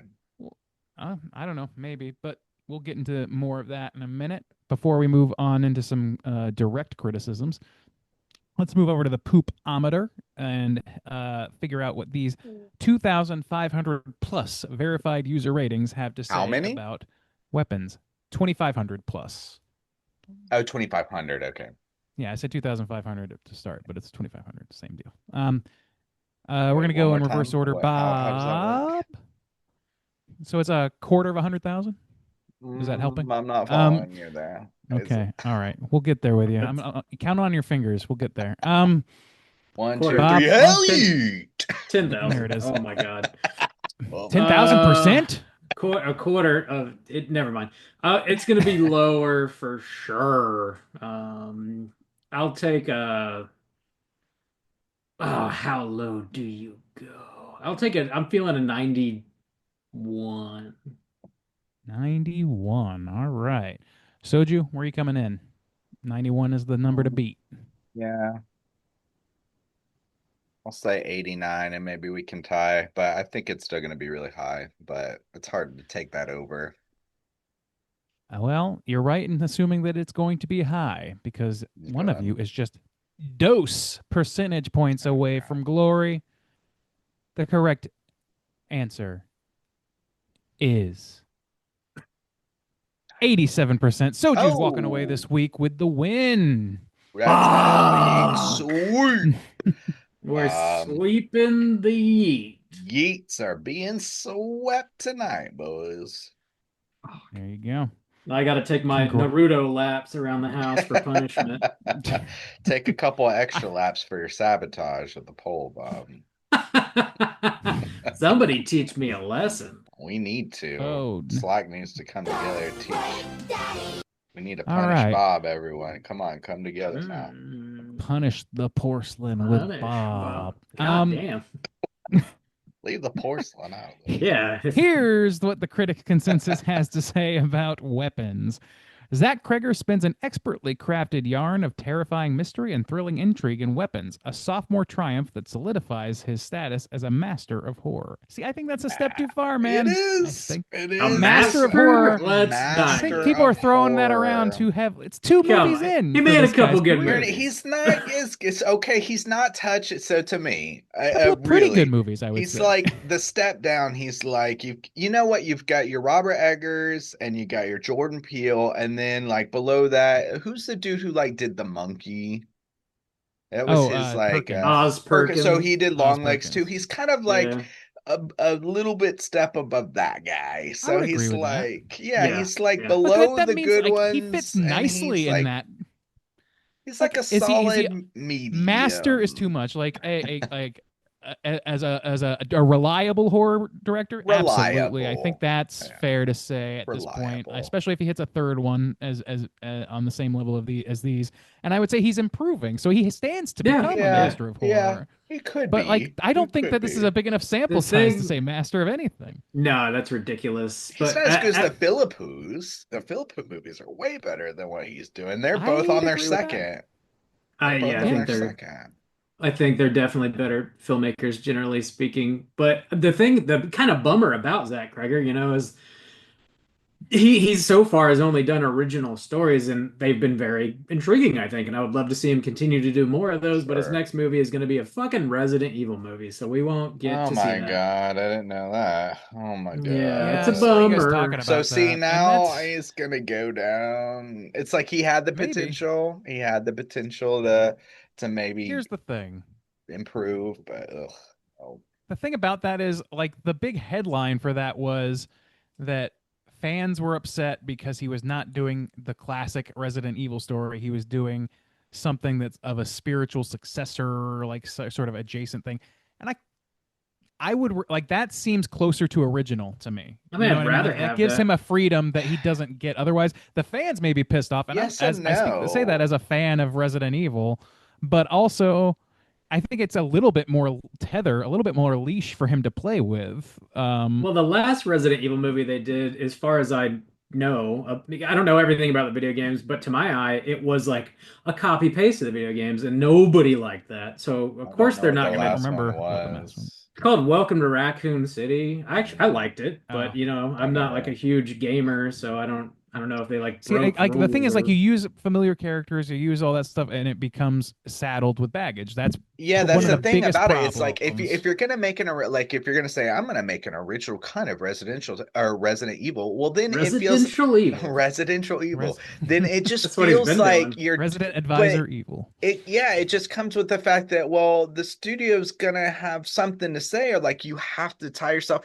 It's like if you wanted to tell tale, it's not that hard to tell a tale about a virus getting loose and like maybe a company being involved that like has nothing to do with Resident Yeah. Evil. Then if you I'm really want to do sure. that, I'm like sure the man has options, and they were like, "Here's the check we'll give you yeah, if you that's say then it yes." becomes Yeah. about oh well then you're doing it for the money. If you want to make an Oh original yeah. tale but you're Oh yeah. tying We don't yourself know to the that. I Resident mean, Evil name, well then it feels like a money grab. Then it feels like you're tying yourself I to would the money agree if it was aspect. not like I don't know, like I don't think that that's out of the question, and time will tell. Like it's very possible that you're right, and like probably like honestly, the smart money is on that you are. But I want to give a little grace here because I think that it's I'm a pretty the right fact that guy they're coming most of out right out front and saying this is going to be a tale of its own. It's not going to use the familiar characters. It's not going to use the familiar setting. It's going to have some sort of I don't know. I don't know how it ties in at all. And so in that way, yeah, you're right. But like I think that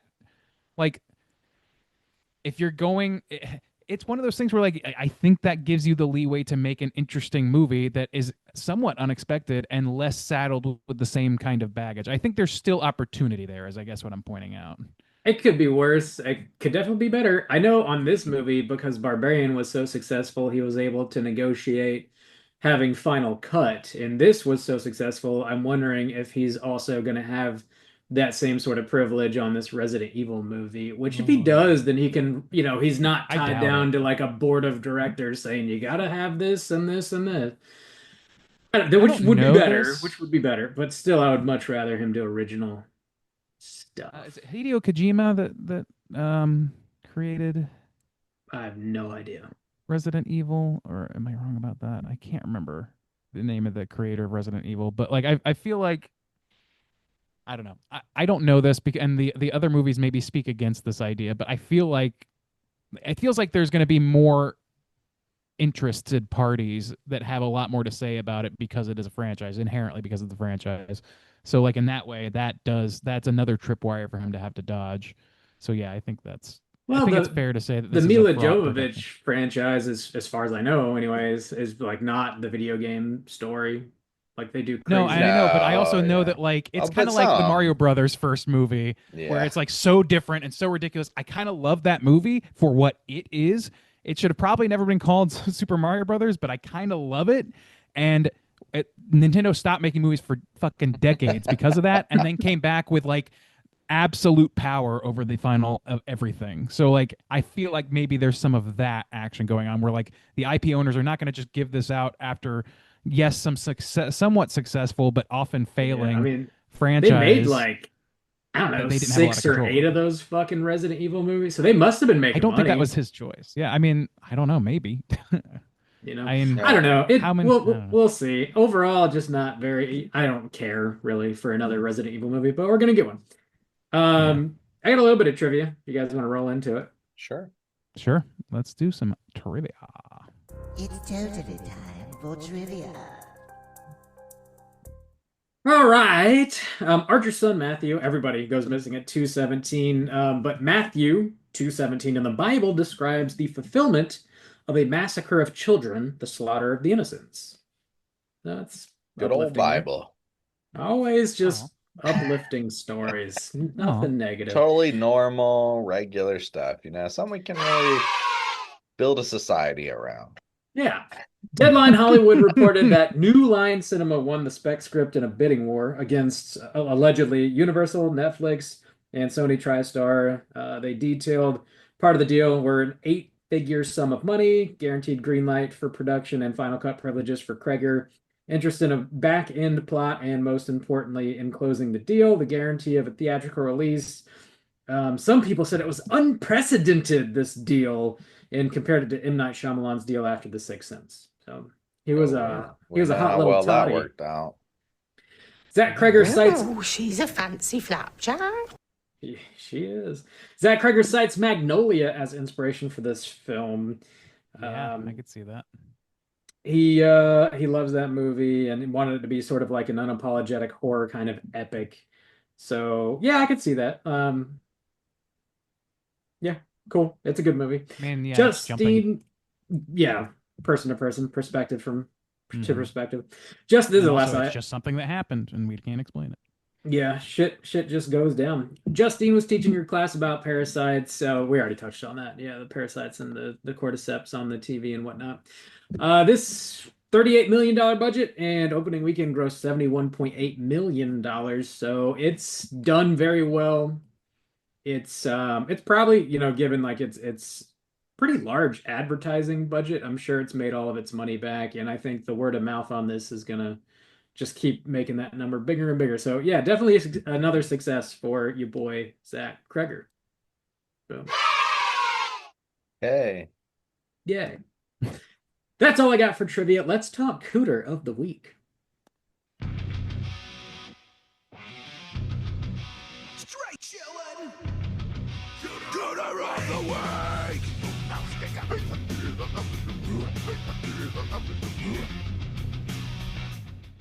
Juice, what is a Cooter and why do we hunt them? Ho!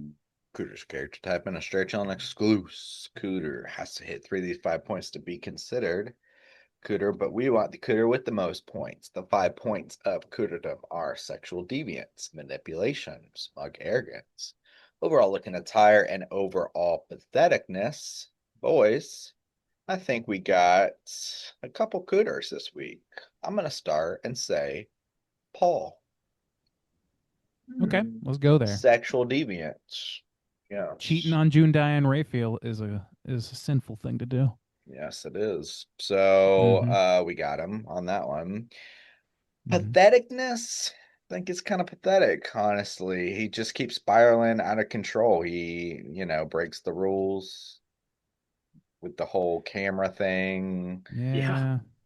He gets stabbed in the face with some fucking needle. That shit's old. Like the Dude, that shit desperation. freaks me the fuck out. God Yeah. damn He's it, clearly not. He's not doing. He doesn't do a good job. He's not doing Like, it's just- good. He's not doing too good. But I also like a little bit of grace there because he's also like a recently recovering That's alcoholic. true. But And he so, like, I refuses give to a go little bit. to a meeting. Like his girlfriend's agree with really that, trying yeah. to like encourage him to like, go to the man. So Instead, he goes to the yeah, bar to meet his. Yeah, ex. Maybe a little Nice. smug arrogance there. He's like, I got it under control. A He has little bit nothing in the under attitude. control. Maybe in that moment, yeah. In But I that think moment, ultimately, yeah. I think as soon as he like falls at the bar or whatever, I think the rest of the movie is him like beating himself up, not unjustifiably so, Yeah. like for fucking up continuously.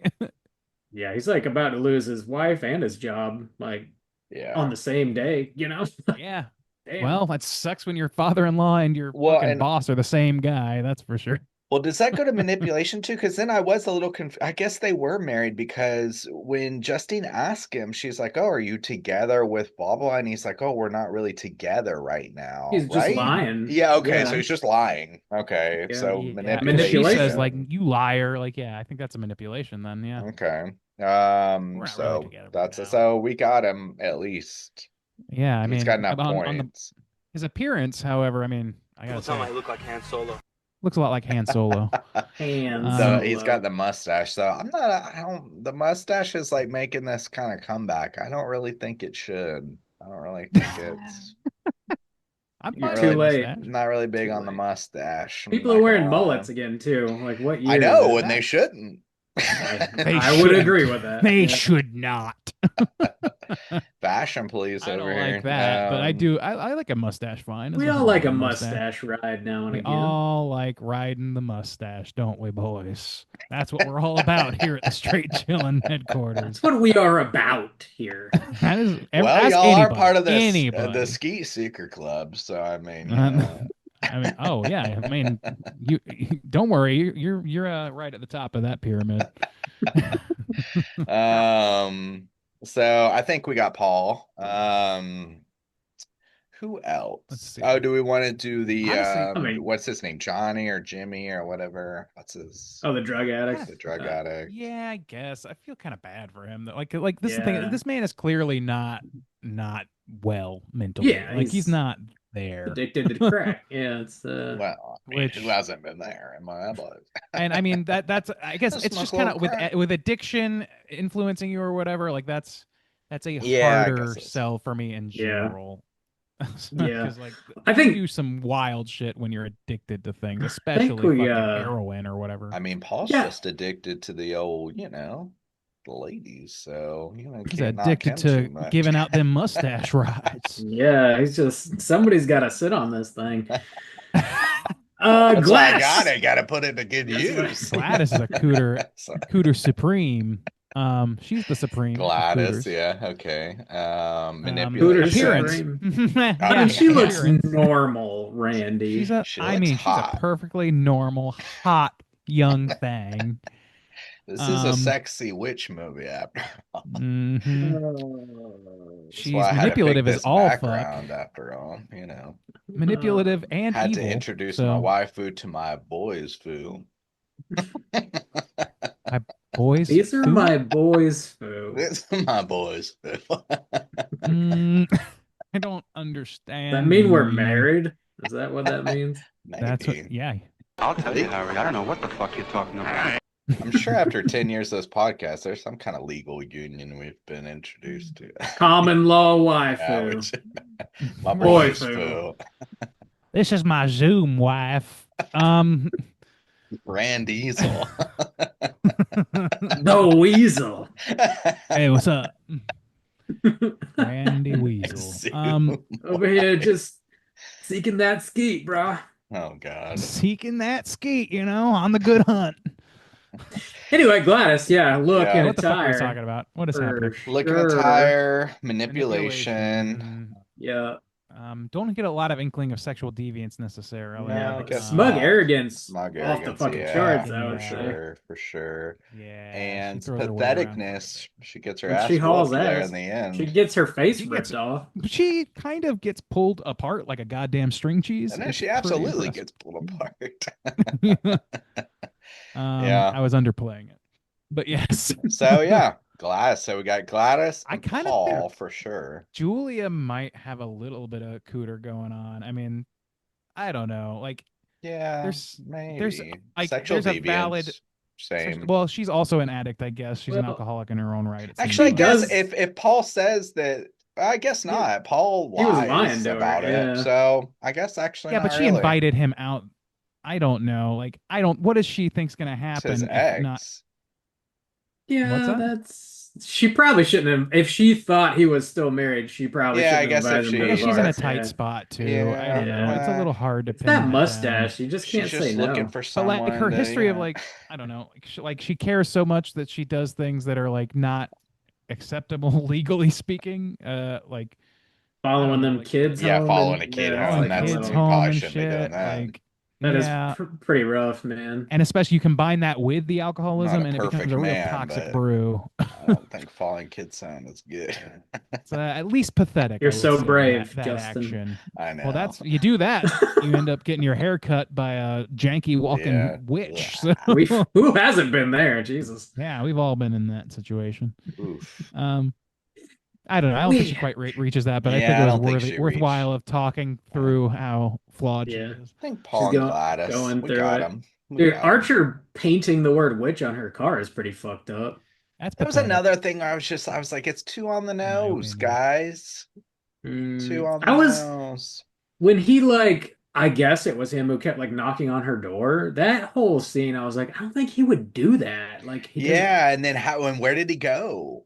Yeah, That's a he good just point. Yeah, I vanished. just- running into the bushes, this grown ass Josh man. Brolin is yeah. fast as shit. Do you Apparently, know? yeah. It was just kind of a Yeah. strange. That was for like just to That's build tension. misleading, of course. Yeah, Yeah. The and scene it was works. great, but when the Yeah, explanation comes out that it was Josh Brolin, yeah. doesn't You're make like any he just fucking like sense. sitting in his If it truck, was, 2 houses down. Like, Yeah. I wish It they just keeps hadn't made running him the back. person that did that. Honestly, did the graffiti because like when it was a nebulous, unknown person or Yeah. several that people was just better. tormenting It was this woman, better. Yeah. I thought that was a little better. Yeah, That's yeah. several again with like the whole guy. Like when she's a mystery, it's more like ooh, but then when she's this Well, that's goofy ass true of woman most sitting in the, I mysteries. know, but I think the you gotta mystery is pull it always off. You gotta pull the better than the mystery off. solution usually.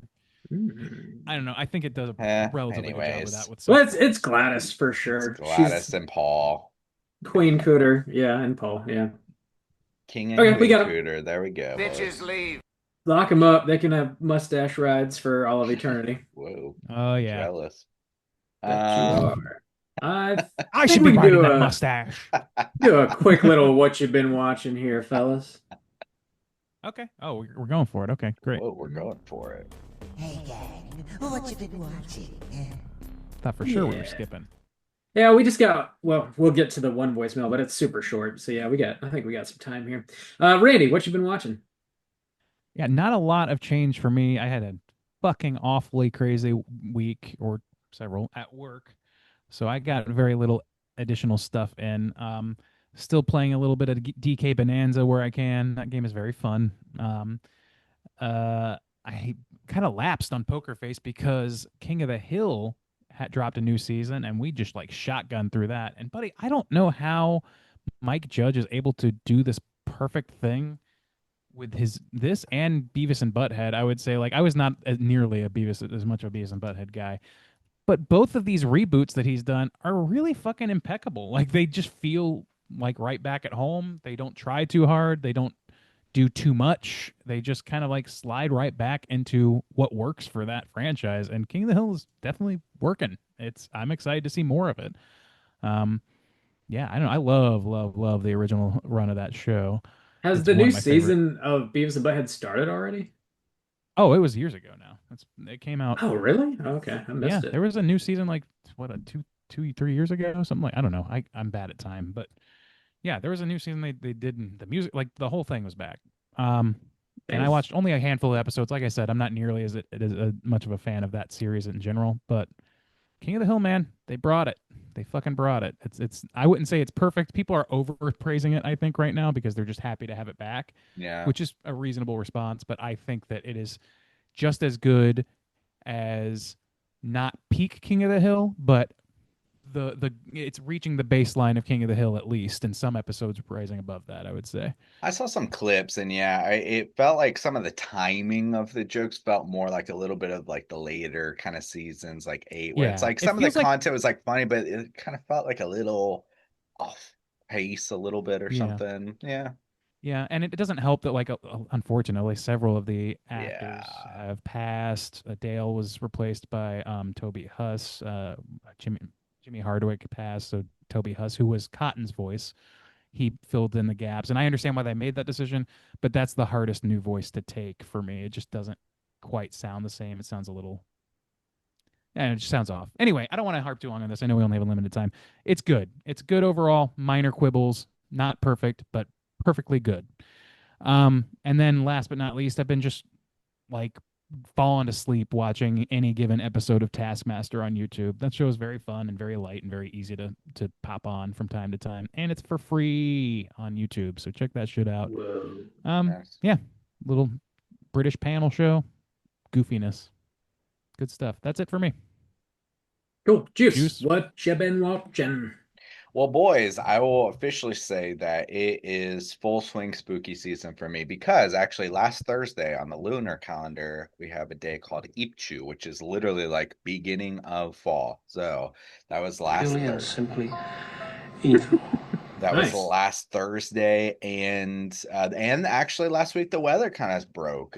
2 weeks ago it was like a brutally hot, and last week the nights got cooler, started to get a breeze coming in. The days are still pretty warm and kind of humid. The humidity sticking around, but the nights are nicer now. And I've just kind of fallen in because one thing I've been so I've been doing Penny Dreadful. I finished season 1. I'm in season 2, and it's full like spookiness. So you got witches in that one too. That's another witch focus thing. I started watching a little bit of that new season of Wednesday, which also, is Tim Burton bringing the kind of spooky, fun, spooky vibes. So Is Burton involved with that? he directed it.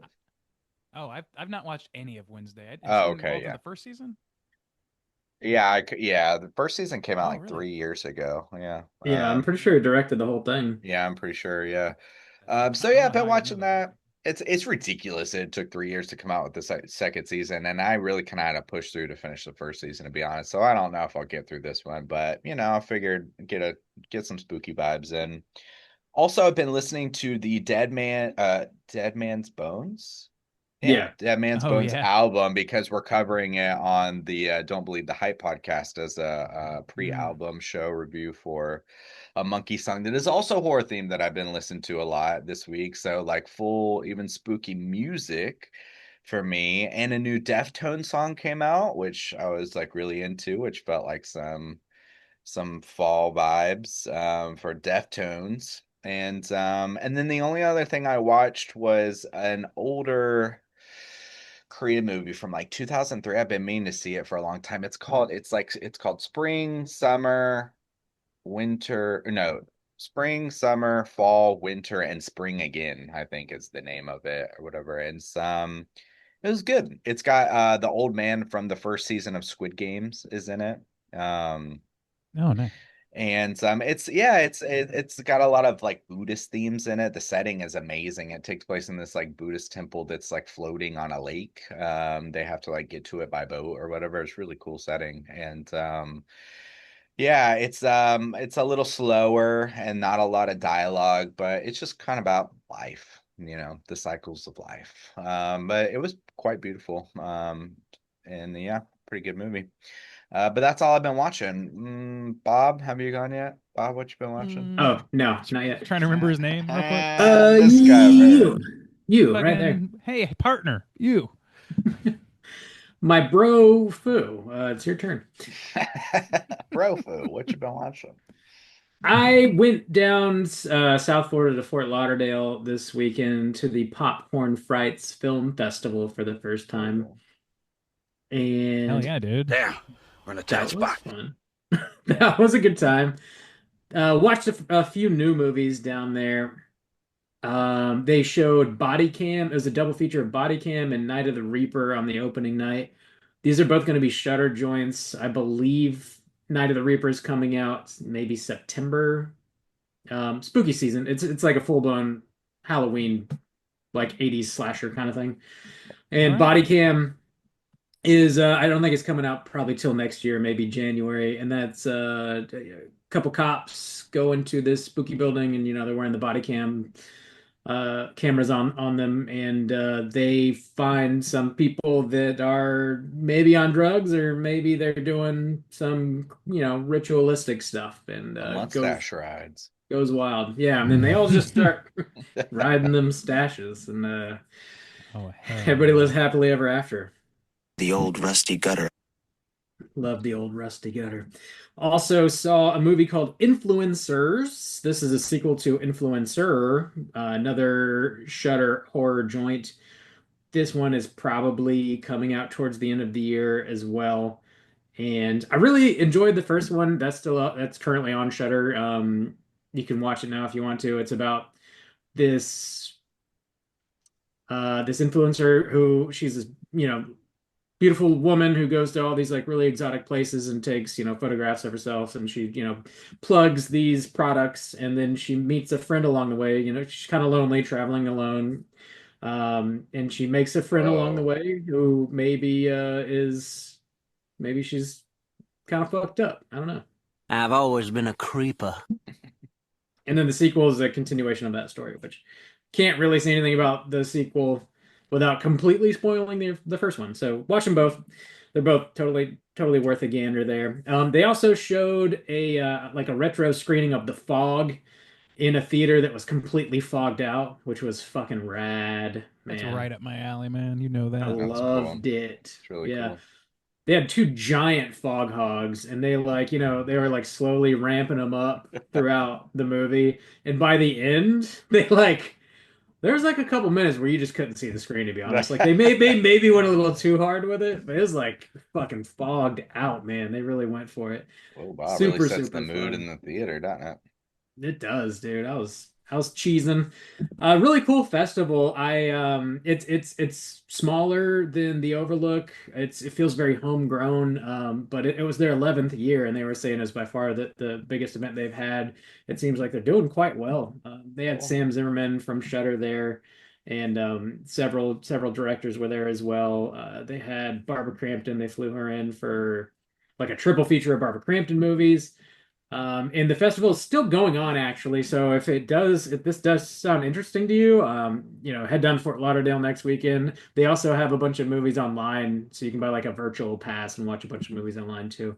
So it's got at the time of us dropping this episode, it's got like another 5 days left. So it's only, halfway through. So check it out. Popcorn Frights. Boys are here to play. We're here to play. We're here to play. Other than that, I just started watching South Park, and it's very funny. I haven't really laughed at that show in a long time, and it's cracking me up. And that's about it.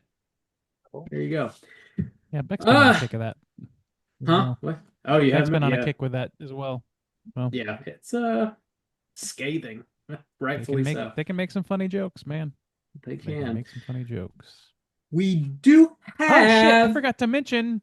Oh, I watched The Naked Gun, and it's pretty fucking fun. The new nice. Naked Gun, very fun. Recommend. It's nice to see a straight slapstick, silly comedy that works in theaters again. Good stuff. Anyway, That's sorry. rad. Quick interjection there. Glad they're making comedies, like straight comedies that are going to theaters again. It feels like Even if it's a retread, it was at Yeah. least like it. He's no Liam Neeson is no Leslie Nielsen ultimately, but man, the tenor of it is just right. It's so silly, nice. and it's nice to see something unapologetically silly. That's like, and a friend of mine said it's stupid done right, and I think that's right. I think that's correct. Nice. Oh, I'd like to see that. We do have one voicemail, so let's go ahead and jump over to our hotline screams. Hotline scream.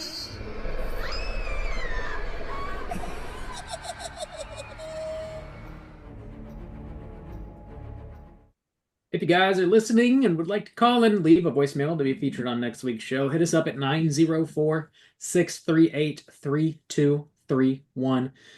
We got a voicemail from I don't know who, so let's roll it. Let's hear it. This is the Wolfman! Chasing the bar! Call the Wolfman! I don't know, man. I think the Wolfman just gave us a call. Something about Wolfman, yeah. Cool. Thanks for calling, Wolfman. The Wolfman rides again. That's the only thing I could hear. Wolf. Yeah. Call the Wolfman or something? I don't know. Well, let's play it again. It's only like 2 seconds long. This is the Wolfman! Chasing the bar! Call the Wolfman! Taking the bar. Call the Wolfman. Call the Wolfman. All right. Taking the bar. The Wolfman is studying for the bar. That's a everybody. smart That's what fucking he wolf. wants you to know. He's going to learn Taking all the about bar. injunctions. Dude, my lawyer is a Wolfman. Let's make Okay, that this movie. is how is this not an SNL We have bit like already? a lot of movie Oh, I guess there already ideas at is. this point. Better Already start is, making 'em. Caveman lawyer, same sort of deal. Better start making them. Thanks for calling, lawyer Wolfman. What's gonna be our like director title? You know, you Wolfman, got Esquire. What is it? Radio Oh. Lab or whatever? Or Radio Silence. Silence. Radio Lab. That's a whole difference. We're gonna test the theory that Wolfmangs make great lawyers. What's our little collab director name, boys? What do we think? Bro Skeet Foos. Hunters. Call in next week and give us your ideas for our. Yeah, call in and give We have a fucking whole podcast with the name Straight Chilling. I mean, we could just Yeah, dive that's with that. But just not enough, is it? all right, what gotta name come up do you with a think new name. summarizes this nonsense in a way that would make sense for our what name would you moniker would you want us under in the fucking Oscars going up against? The dipshit Magoos are Oh, that's us, nominated baby. for Werewolf Lawyer for The Shitty Beatles. best practical effects. The shitty Beatles. Werewolf Lawyer. Hell yeah! Fucking Call werewolf, in. werewolf Esquire, Wolfman, Our first Grammy. Wolfman and boys. Associates. Wolfman, and Wolfman. Wait, is Grammy music? Grammy's music. Yes, Isn't it it? is. Yeah. Well, that's first Werewolf Grammy. Bar Mitzvah's got that category For covered. our soundtrack that Ooh, includes The yeah. Boys Are Here to Play. Oh, First Grammy. exclusively. The Grammy goes to. We're here to play. Grammy Dude, it's about time to start Jacksonville. busting out that whole song, you know? I know, dude. Football Football's is here. happening. Yeah. Have you guys heard of footballs? It's really We- popular. It's sweeping the nation. Call in 904-638-3231.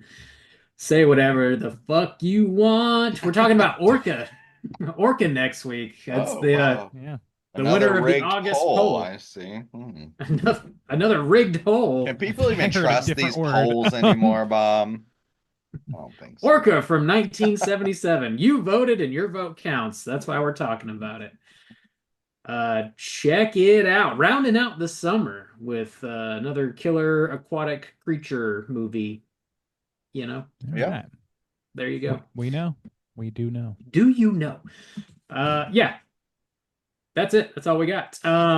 Check out Orca. Get ready for next week's show. You can find us on all the social media outlets. Just search Straight Chilling Podcast. Will pop right up. If you would like to join in the daily Slack channel conversations, let us know on one of those social media outlets, and I'll send you a link so you can do so. And until next week, as always, all you mother truckers, please keep chilling. Now you fucked up. You have fucked up now.